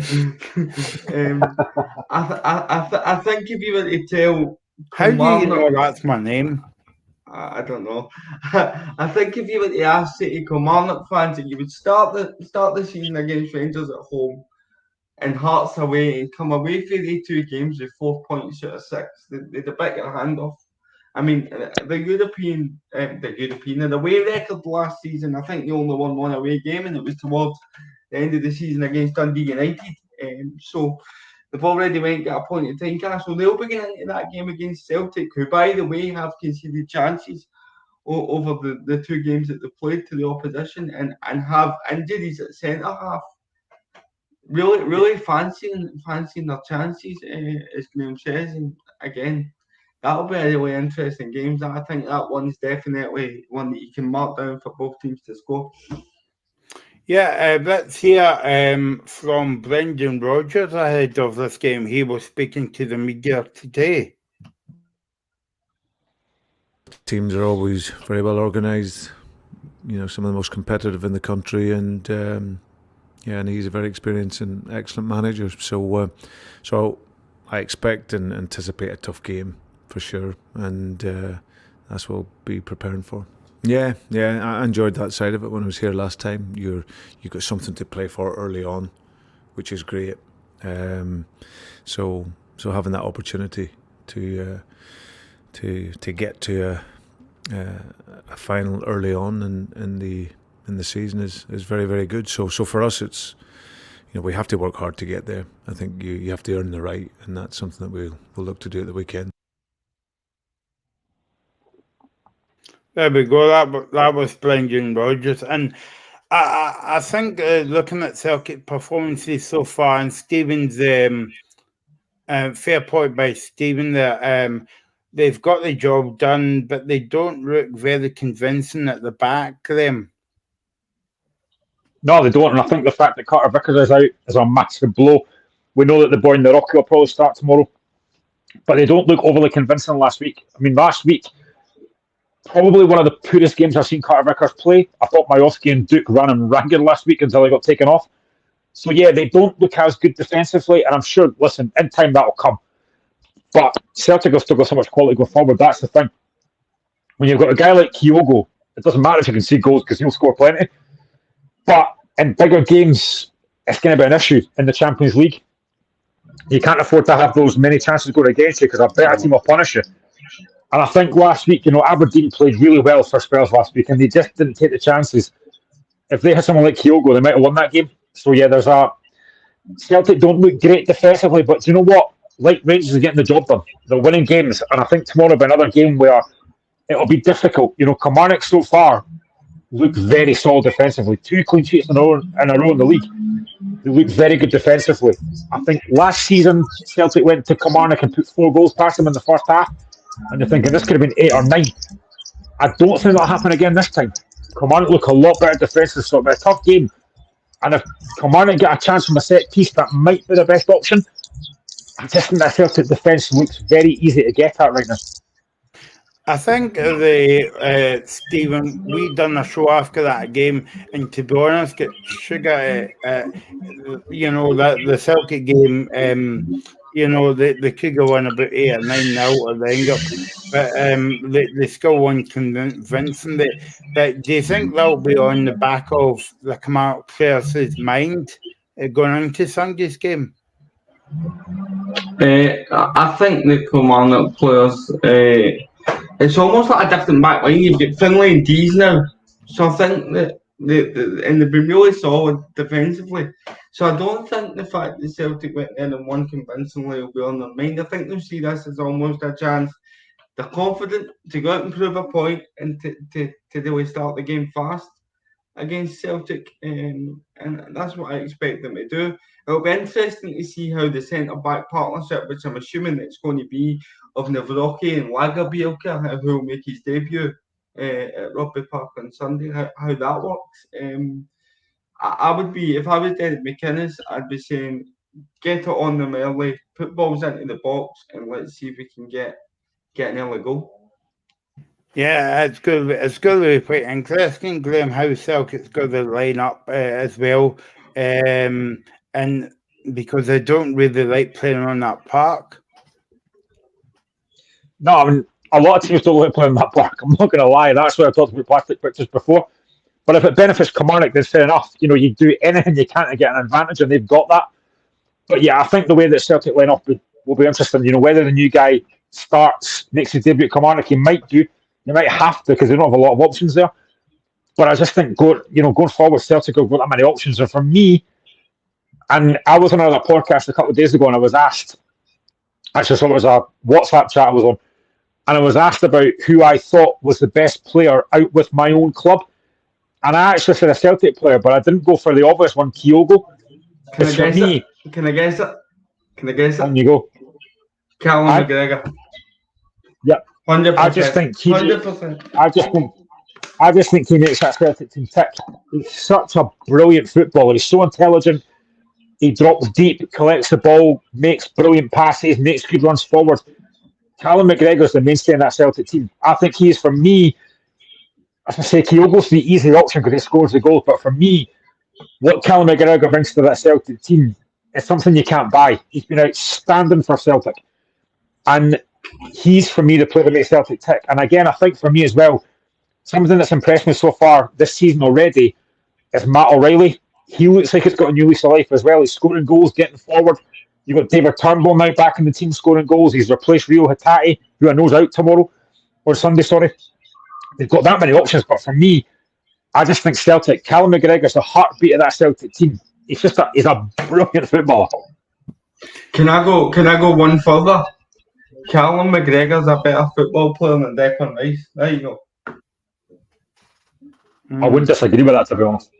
Let's be honest. I mean, let's be honest, right?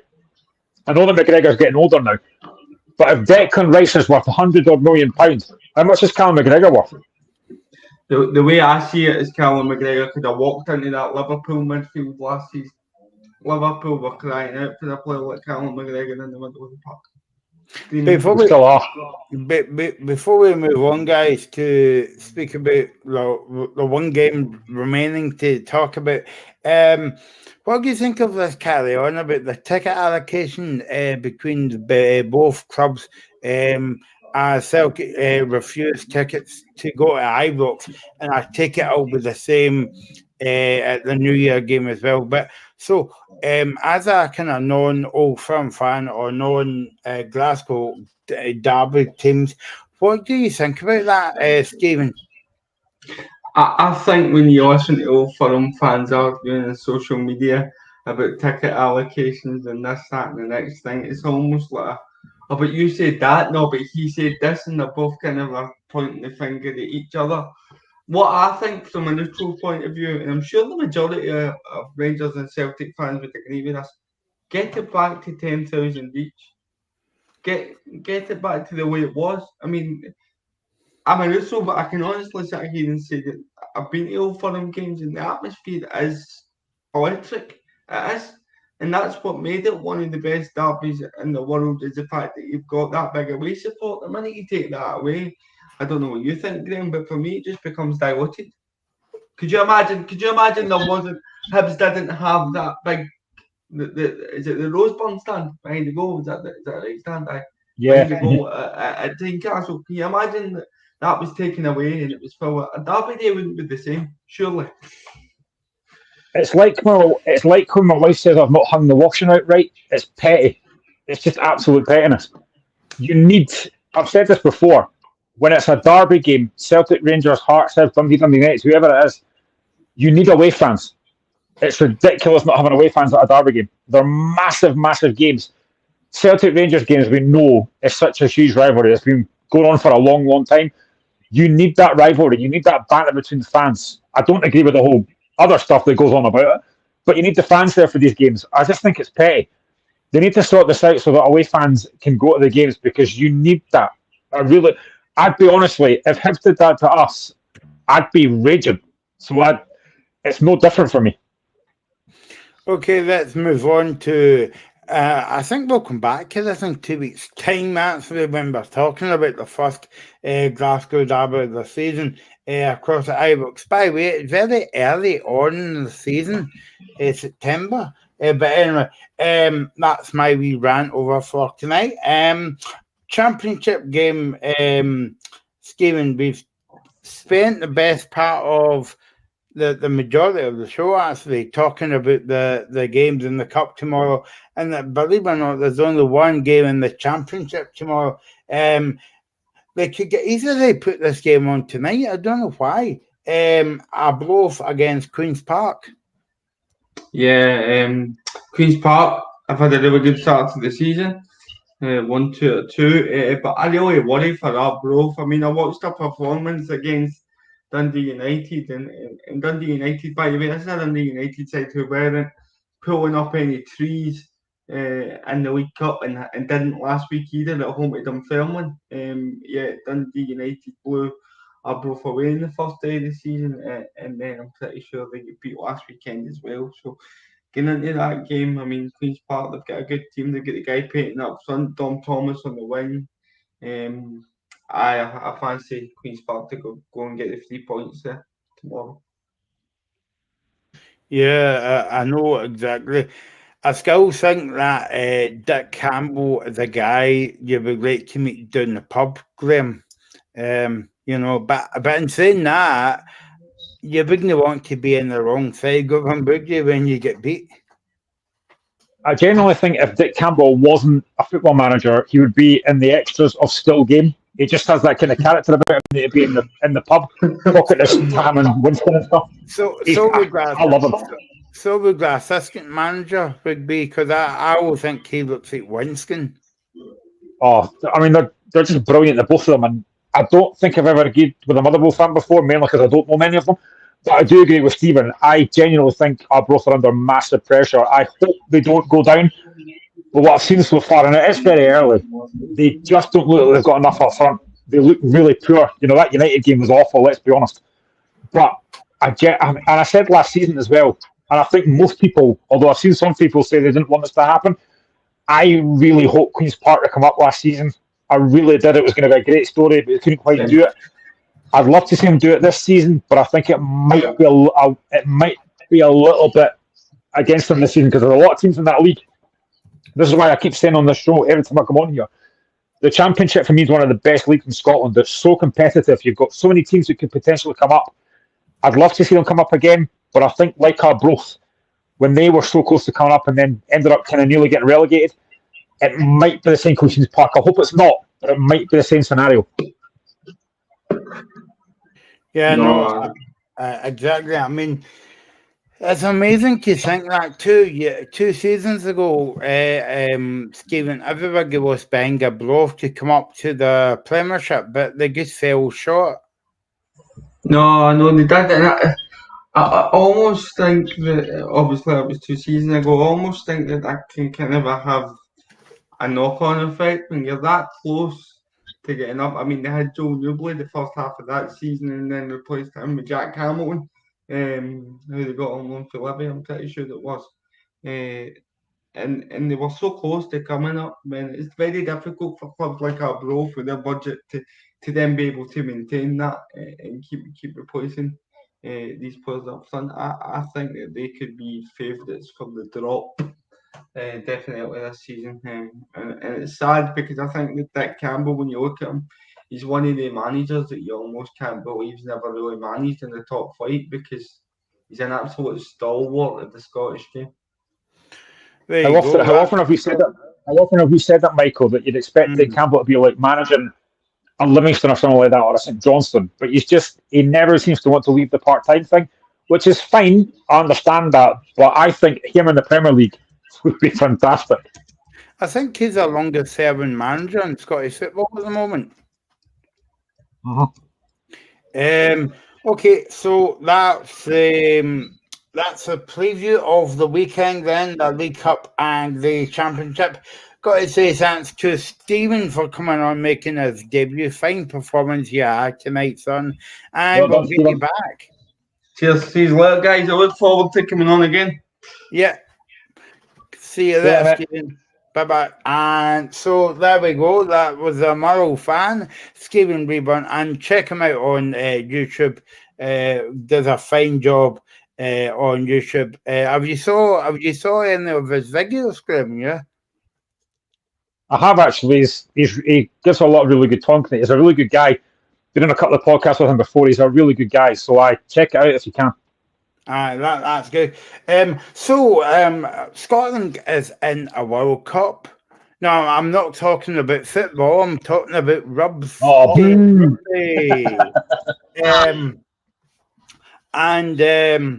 No, we're not supporting England going Sunday at the Women's World Cup, and we're not getting up early to watch that game as well. But anyway, so yeah, exactly, yeah.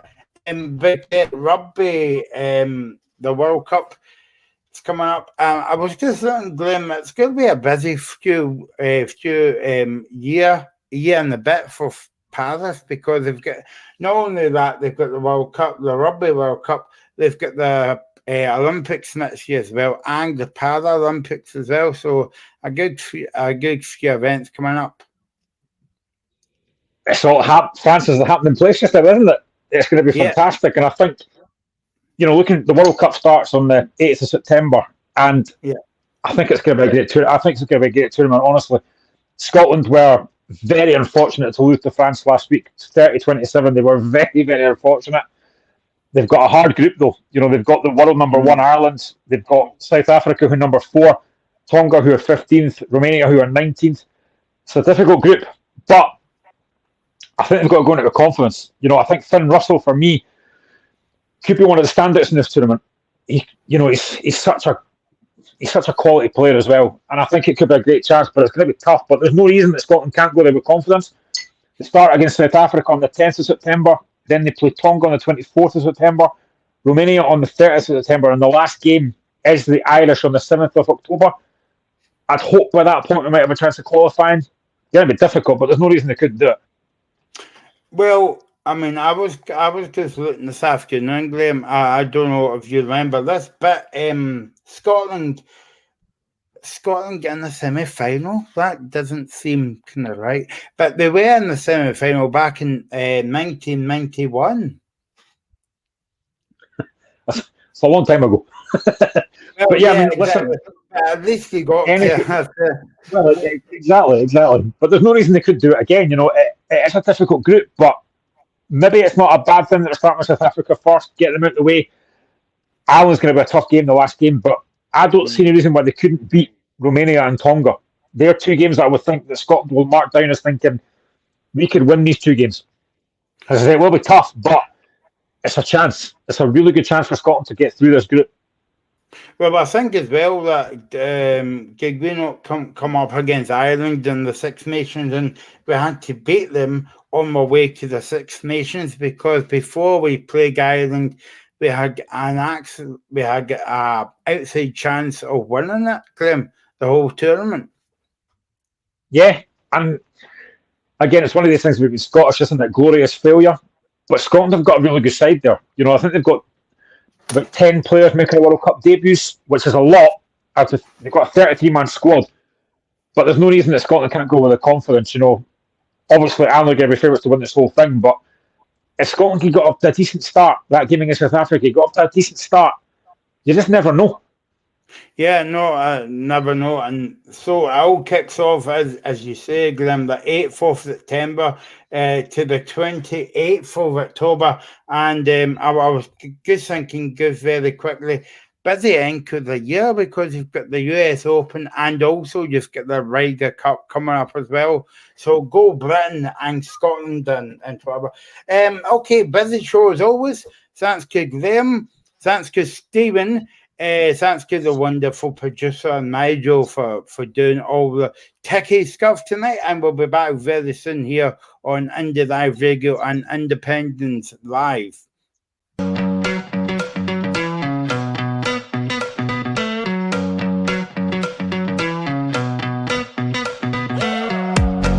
The Locker Room, with all the sports news you need.